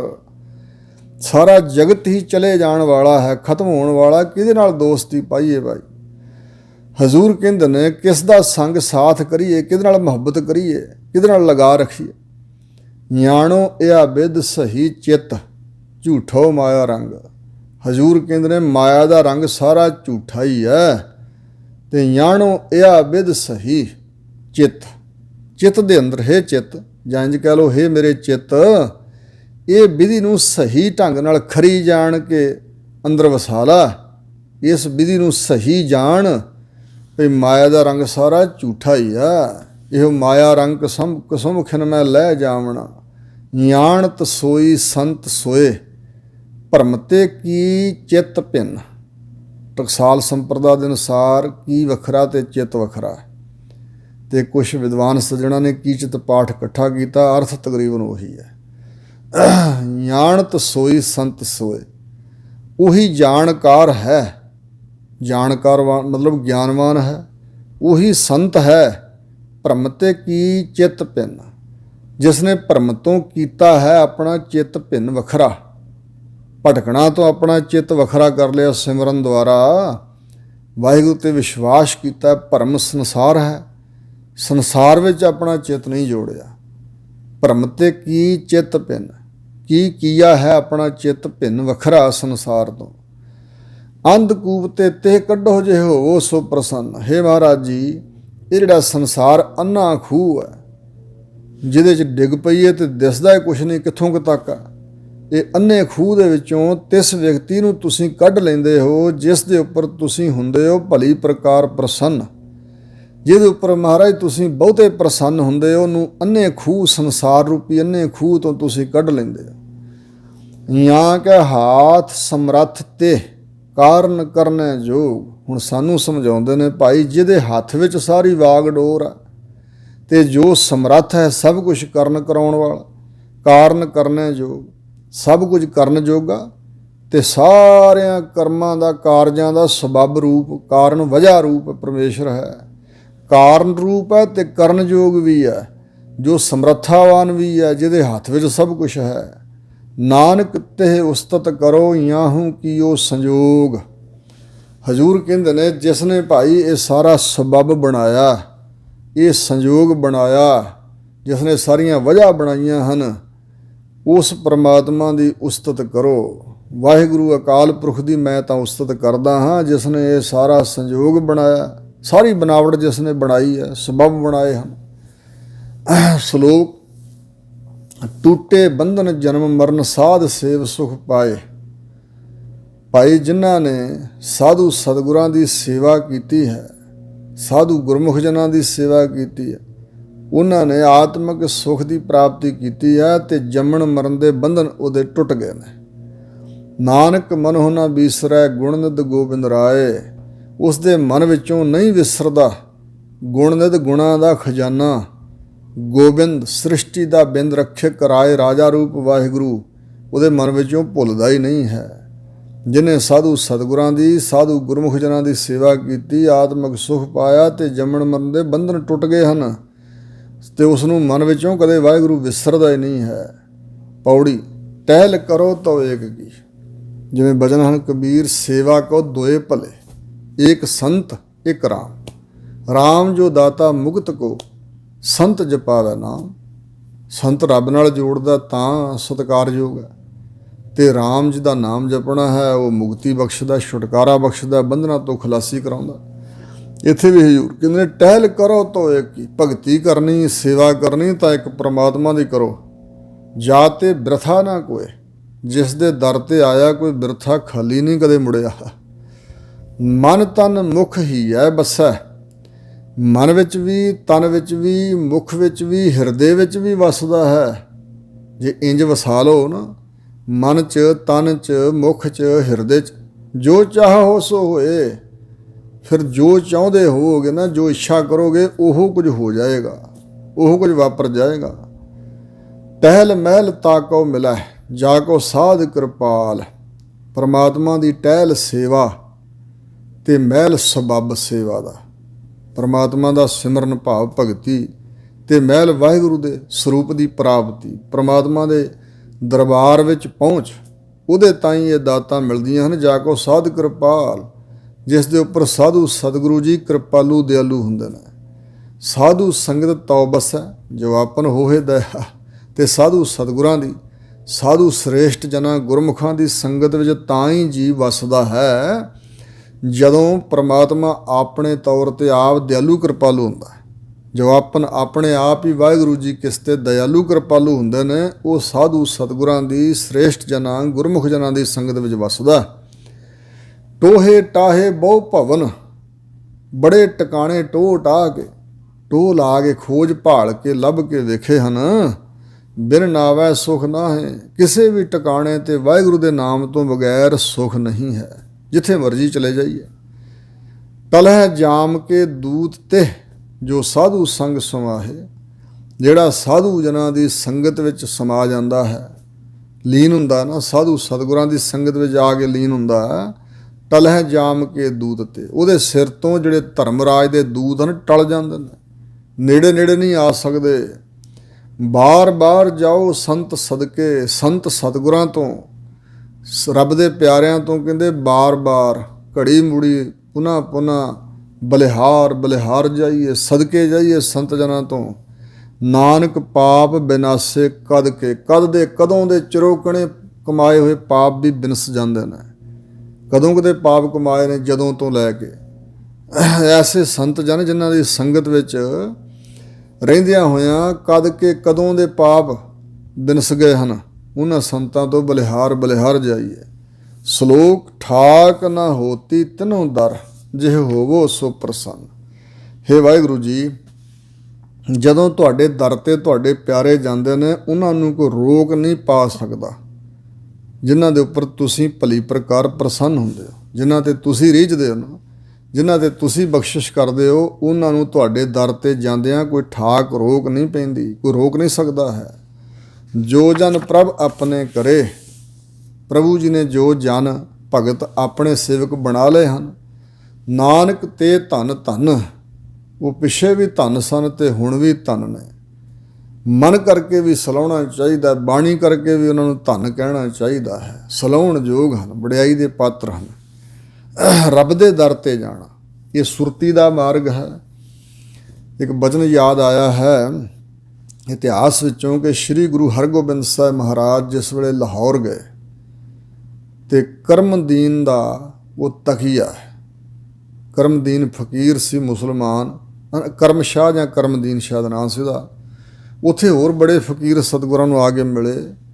ਕਈ ਉਹਨਾਂ ਨੇ ਆਪਣੀਆਂ ਅੰਦਰੋਂ ਦੀਆਂ ਕੁੰਡੀਆਂ ਜਿਹੜੀਆਂ ਸਤਿਗੁਰਾਂ ਦੁਆਰਾ ਖੋਲ੍ਹੀਆਂ ਪ੍ਰਸ਼ਨ ਕਰਕੇ, ਤੇ ਉਧਰੋਂ ਸਾਈਂ ਮੀਆਂ ਮੀਰ ਜੀ ਨੂੰ ਪਤਾ ਲੱਗ ਗਿਆ ਕਿ ਛੇਵੇਂ ਪਾਤਸ਼ਾਹ ਆਏ ਹੋਏ ਨੇ। ਸਾਈਂ ਜੀ ਤਕੀਏ 'ਚੋਂ ਤਿਆਰ ਹੋ ਪਏ ਚੱਲਣ ਵਾਸਤੇ ਸਤਿਗੁਰਾਂ ਦੇ ਦਰਸ਼ਨ ਕਰਨ ਲਈ। ਇੱਧਰ ਸਤਿਗੁਰੂ ਮਹਾਰਾਜ ਨੇ ਵਿਚਾਰਿਆ ਕਿ ਸਾਈਂ ਮੀਆਂ ਮੀਰ ਜੀ ਬਿਰਧ ਅਵਸਥਾ ਹੈ, ਉਹਨਾਂ ਨੂੰ ਖੇਦ ਹੋਵੇਗਾ। ਤਾਂ ਹਜ਼ੂਰ ਫਿਰ ਆਪ ਛੇਤੀ ਪਹੁੰਚ ਗਏ, ਘੋੜੇ 'ਤੇ ਸਵਾਰ ਹੋ ਕੇ ਸਿੱਖਾਂ ਸਮੇਤ ਸਾਈਂ ਮੀਆਂ ਮੀਰ ਦੇ ਤਕੀਏ ਜਾ ਪੁੱਜੇ।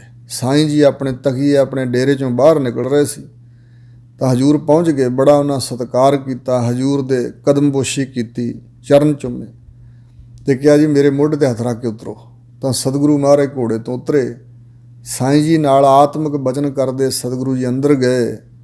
ਉਹਨੇ ਉੱਚੇ ਥਾਂ 'ਤੇ ਸਤਿਗੁਰਾਂ ਨੂੰ ਬਿਠਾਇਆ, ਆਪ ਚਰਨਾਂ 'ਚ ਬਹਿ ਕੇ ਫਿਰ ਕਦਮਬੋਸ਼ੀ ਕੀਤੀ, ਸੇਵਾ ਕੀਤੀ। ਬਚਨ ਵਿਲਾਸ ਕਰਕੇ ਸਤਿਗੁਰੂ ਜੀ ਮਿਲ ਕੇ ਵਾਪਸ ਆ ਗਏ। ਤੇ ਅਗਲੇ ਦਿਨ ਸ਼ਾਹਜਹਾਨ ਦੇ ਕੰਨਾਂ 'ਚ ਕਿਸੇ ਨੇ ਖਬਰ ਪਾ ਦਿੱਤੀ ਤੇ ਫਿਰ ਉਹ ਚੱਲ ਕੇ ਆਇਆ। ਆ ਕੇ ਬੜਾ ਖਫਾ ਹੋਇਆ, ਕਹਿਣ ਲੱਗਾ ਸਾਈਂ ਜੀ ਤੁਸੀਂ ਸਾਡੇ ਵਡਕੇ ਹੋ, ਇਸਲਾਮ ਦੇ ਪੀਰ ਹੋ ਬੜੇ ਵੱਡੇ, ਤੇ ਤੁਸਾਂ ਤੇ ਇਸਲਾਮ ਦੀ ਬੜੀ ਤੋਹੀਨ ਕੀਤੀ ਆ। ਕੱਲ੍ਹ ਦੇ ਬਾਦਸ਼ਾਹ ਉਹ ਕਿਵੇਂ? ਕਹਿੰਦੇ ਕੱਲ੍ਹ ਆਏ ਸੀ ਕਾਫਰਾਂ ਦੇ ਗੁਰੂ, ਜਿਹੜੇ ਗੁਰੂ ਕਹਾਉਂਦੇ ਨੇ, ਤੁਸੀਂ ਉਹਨਾਂ ਦੇ ਅੱਗੋਂ ਜੀ ਗਏ ਲੈਣ ਵਾਸਤੇ, ਉੱਚੇ ਥਾਂ ਬਿਠਾਇਆ, ਆਪ ਨੀਵੇਂ ਬੈਠੇ, ਮਤਲਬ ਇਸਲਾਮ ਨੀਵਾਂ ਕਰਤਾ। ਤਾਂ ਸਾਈਂ ਜੀ ਕਹਿਣ ਲੱਗੇ ਬਾਦਸ਼ਾਹ ਜੀ ਤੁਹਾਨੂੰ ਆਪਣੇ ਰਾਜ ਕਾਜ ਦੇ ਕੰਮਾਂ ਦਾ ਪਤਾ, ਸਾਨੂੰ ਆਪਣੇ ਕੰਮਾਂ ਦਾ ਪਤਾ, ਸਾਨੂੰ ਆਪਣੇ ਕੰਮ ਕਰਨ ਦਿਓ, ਤੁਸੀਂ ਆਪਣੇ ਕਰੋ। ਕਹਿੰਦੇ ਨਹੀਂ ਫਿਰ ਵੀ ਮੇਰੀ ਸ਼ੰਕਾ ਦੂਰ ਕਰੋ। ਕਹਿੰਦੇ ਬਾਦਸ਼ਾਹ ਜੀ ਮੈਂ ਦੱਸ ਦਿੰਦਾ ਕਿ ਕਿਉਂ ਸਤਿਕਾਰ ਕੀਤਾ, ਕਿਉਂ ਆਦਰ ਕੀਤਾ, ਪਰ ਤੇਰੀ ਸ਼ੰਕਾ ਦੂਰ ਨਹੀਂ ਹੋਣੀ। ਕਿਉਂਕਿ ਕੁਝ ਲੋਕ ਜਿਹੜੀ ਬਾਹਰੀ ਕਿਰਿਆ ਨਾ ਸਰੀਰ ਦੀ, ਜਿਹਨੂੰ ਸ਼ਰ੍ਹਾ ਵੀ ਕਹਿ ਲਿਆ ਜਾਂਦਾ, ਉਹਦੇ ਵਿੱਚ ਫਸ ਜਾਂਦੇ ਨੇ, ਅੱਗੇ ਲੰਘਦੇ ਹੀ ਨਹੀਂ। ਅਗਾਂਹ ਉਹਨਾਂ ਦੀ ਸੁਰਤ ਨਹੀਂ ਜਾਂਦੀ ਤੇ ਇੱਥੇ ਫਸ ਕੇ ਆਪਣੇ ਆਪ ਨੂੰ ਵੱਡਾ ਸਮਝ ਲੈਂਦੇ ਨੇ ਵੀ ਅਸੀਂ ਬੜੇ ਸ਼ਰਈ ਹਾਂ ਤੇ ਬੜੇ ਮਹਾਨ ਬਣ ਗਏ ਹਾਂ, ਅਜੇ ਪੱਲੇ ਕੁਛ ਵੀ ਨਹੀਂ ਹੁੰਦਾ। ਇਸ ਤਰ੍ਹਾਂ ਕਹਿਣ ਲੱਗਾ ਵੀ ਦੱਸੋ ਫਿਰ। ਸਾਈਂ ਜੀ ਨੇ ਕਿਹਾ ਕਿ ਜਿਨ੍ਹਾਂ ਨੂੰ ਸਾਨੂੰ ਲੋਕ ਫਕੀਰ ਕਹਿੰਦੇ ਨੇ, ਸਾਡਾ ਹੀ ਫਕੀਰੀ ਕੀ ਹੈ? ਨਫਸ ਨੂੰ ਮਾਰਨਾ, ਹਿਰਸ ਨੂੰ ਮਾਰਨਾ, ਦੁੱਖ ਝੱਲਦਿਆਂ ਹੋਇਆਂ ਵੀ ਪਰਮਾਤਮਾ ਅੱਲਾਹ ਤਾਲਾ ਖੁਦਾ ਦੀ ਬੰਦਗੀ ਕਰਨੀ। ਤੇ ਫਿਰ ਇਸ ਤਰ੍ਹਾਂ ਕਰਦਿਆਂ ਕਰਦਿਆਂ ਸਾਡੀ ਸੁਰਤ ਉੱਚੇ ਮੰਡਲਾਂ ਜਾਂਦੀ। ਇਹ ਸੁਰਤ ਦਾ ਮਾਰਗ ਹੈ ਤੇ ਵੱਧ ਤੋਂ ਵੱਧ ਸਾਡੀ ਸੁਰਤ ਜਾਏਗੀ ਖੁਦਾ ਦੀ ਦਰਗਾਹ ਤੱਕ।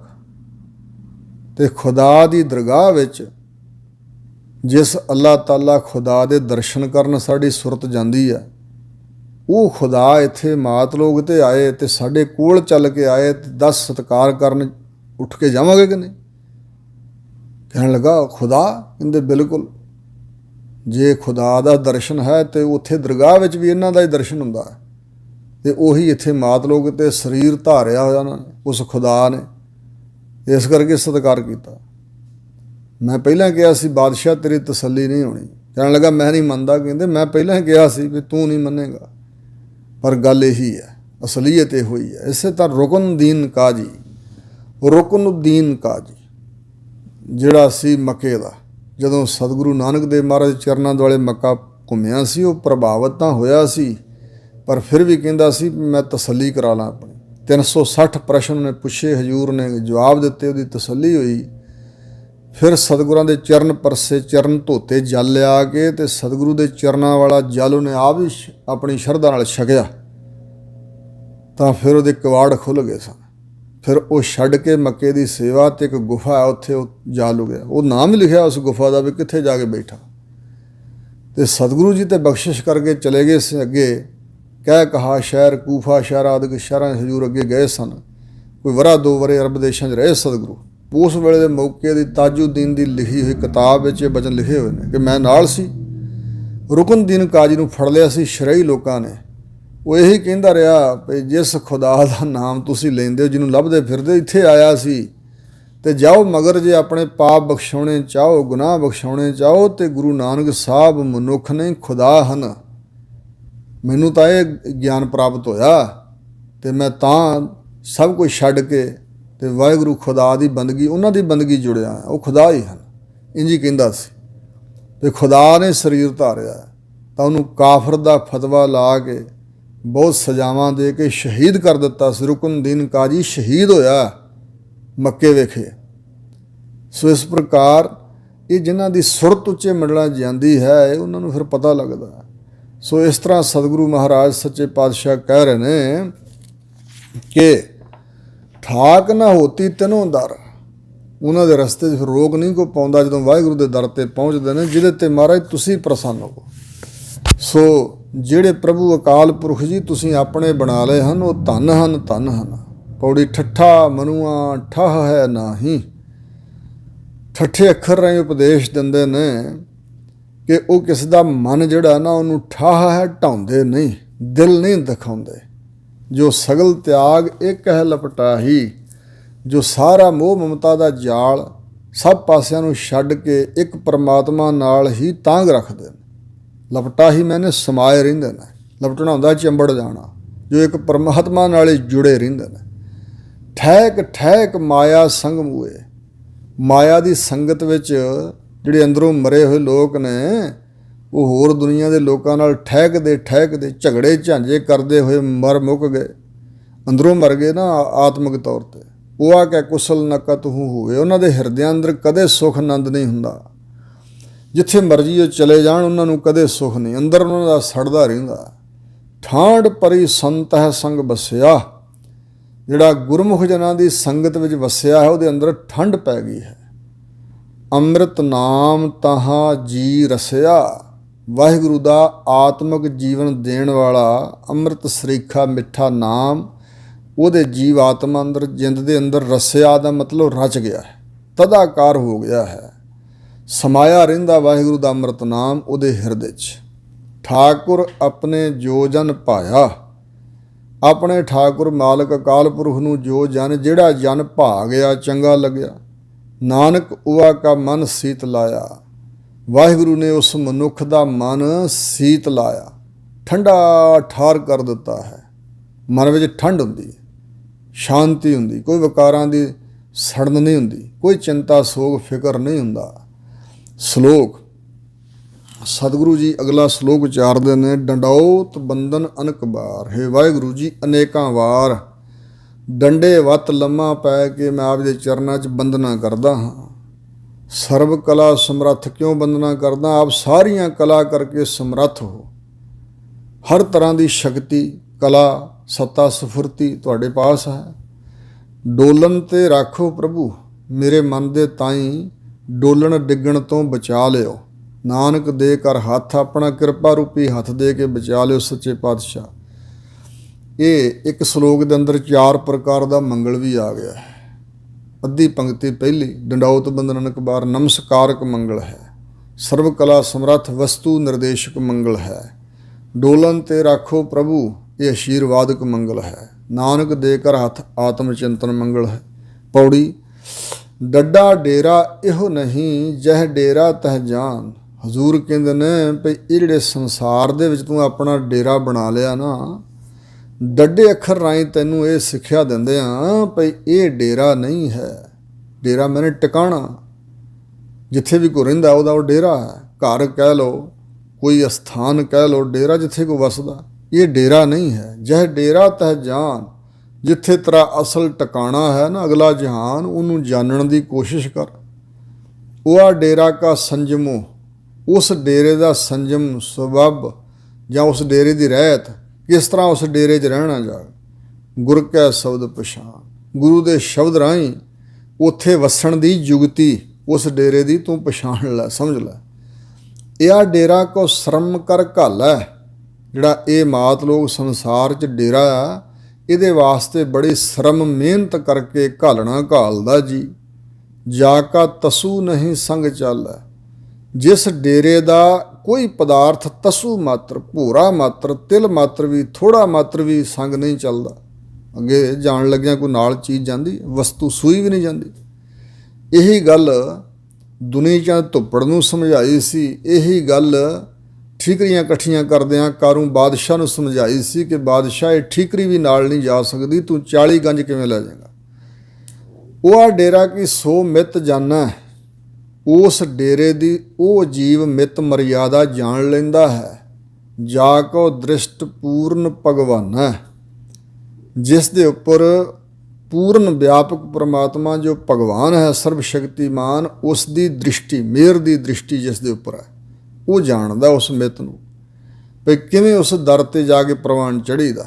ਡੇਰਾ ਨੇਚਲ ਸੱਚ ਸਾਧ ਸੰਗ ਪਾਇਆ, ਸਾਧੂ ਸਤਿਗੁਰਾਂ ਦੀ ਸੰਗਤ 'ਚ ਵਸ ਕੇ ਜਿਹੜਾ ਨੇਚਲ ਅਚਲ ਡੇਰਾ ਹੈ, ਸੱਚਾ ਡੇਰਾ ਹੈ। ਬੇਗਮਪੁਰਾ ਸ਼ਹਿਰ ਕੋ ਨਾਉ, ਦੂਖ ਅੰਦੋਹ ਨਹੀਂ ਤੇ ਠਾਓ, ਉਹ ਪ੍ਰਾਪਤ ਕੀਤਾ ਹੈ। ਨਾਨਕ ਤੇ ਜਨ ਨਹਿ ਡੁਲਾਇਆ, ਜਿਹਨੇ ਉਹ ਸਾਧੂ ਜਨਾਂ ਦੀ ਸੰਗਤ 'ਚ ਰਹਿ ਕੇ ਉਹ ਸੱਚਾ ਡੇਰਾ ਨੇਚਲ ਅਚਲ ਟਿਕਾਣਾ ਪ੍ਰਾਪਤ ਕਰ ਲਿਆ ਨਾ, ਆਤਮ ਸਰੂਪ ਦਾ ਗਿਆਨ।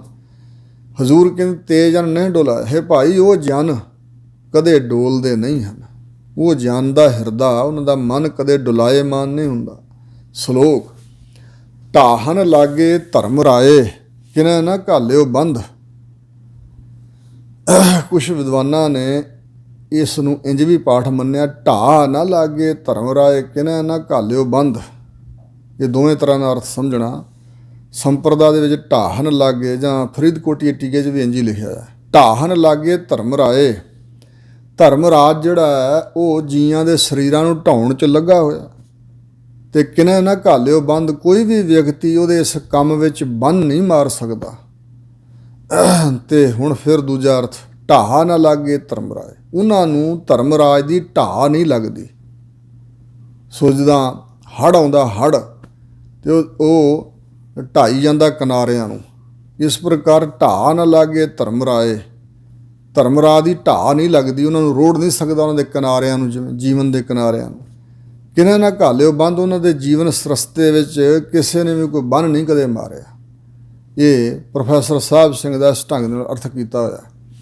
ਨਾਨਕ ਉਬਰੇ ਜਪ ਹਰੀ ਸਾਧ ਸੰਗ ਸੰਬੰਧ, ਤੇ ਜਿਹੜਾ ਪਹਿਲਾ ਅਰਥ ਕੀਤਾ ਵੀ ਧਰਮ ਰਾਜ ਢਾਉਣ ਵਿੱਚ ਲੱਗਾ ਹੋਇਆ, ਤੇ ਕਿਸੇ ਨੇ ਵੀ ਉਹਦੇ ਰਸਤੇ 'ਚ ਕਦੇ ਬੰਨ ਨਹੀਂ ਮਾਰਿਆ, ਕੋਈ ਬੰਨ ਮਾਰ ਨਹੀਂ ਸਕਦਾ। ਪਰ ਹਜ਼ੂਰ ਕਹਿੰਦੇ ਇੱਕ ਹੈਨ ਜਿਹੜੇ ਧਰਮਰਾਜ ਦੇ ਢਾਏ ਢੈਂਦੇ ਨਹੀਂ। ਨਾਨਕ ਉਬਰੇ ਜਪ ਹਰੀ, ਜਿਹੜੇ ਹਰੀ ਅਕਾਲ ਪੁਰਖ ਨੂੰ ਜਪਣ ਵਾਲੇ, ਉਹ ਧਰਮਰਾਜ ਦੇ ਪ੍ਰਭਾਵ ਤੋਂ ਉਬਰੇ ਬਚੇ ਹੋਏ ਨੇ। ਧਰਮਰਾਜ ਜਮ ਨੇੜ ਨਾ ਆਵੇ, ਮੇਰੇ ਠਾਕੁਰ ਕੇ ਜਨ ਪਿਆਰੇ। ਸਾਧ ਸੰਗ ਸੰਬੰਧ, ਸਾਧੂ ਸਤਿਗੁਰਾਂ ਦੇ ਸੰਗ ਸਾਥ ਉਹਨਾਂ ਦਾ ਸੰਬੰਧ ਹੈ। ਗੁਰਮੁਖ ਜਨਾਂ ਦੇ ਨਾਲ ਉਹਨਾਂ ਦਾ ਸੰਬੰਧ ਬਣਿਆ ਹੋਇਆ, ਇਸ ਕਰਕੇ ਉਹ ਹਰੀ ਨੂੰ ਜਪ ਕੇ ਉਬਰੇ ਬਚ ਵੀ ਗਏ ਨੇ। ਪੌੜੀ ਢੱਡਾ ਢੂੰਡਤ ਕਹਿ ਫਿਰੋ, ਢੂੰਡਨ ਇਆ ਮਨ ਮਾਹੇ। ਜਿਵੇਂ ਫਰੀਦ ਨੇ ਕਿਹਾ, ਫਰੀਦਾ ਜੰਗਲ ਜੰਗਲ ਕਿਆ ਭਵ ਹੈ, ਵਣ ਕੰਡਾ ਮੂੜ ਹੈ, ਵੱਸੀ ਰੱਬ ਹਿਆਲੀ ਹੈ, ਜੰਗਲ ਕਿਆ ਢੂੰਡੇ। ਇਹ ਫਰੀਦ ਜੀ, ਖੁਦਾ ਨੂੰ ਜੰਗਲਾਂ ਜੰਗਲਾਂ 'ਚ ਕੀ ਢੂੰਡਦੇ ਫਿਰਦੇ, ਬਿਰਛਾਂ ਦੇ ਕੰਡੇ ਮਿੱਧਦੇ ਫਿਰਦੇ ਹੋ।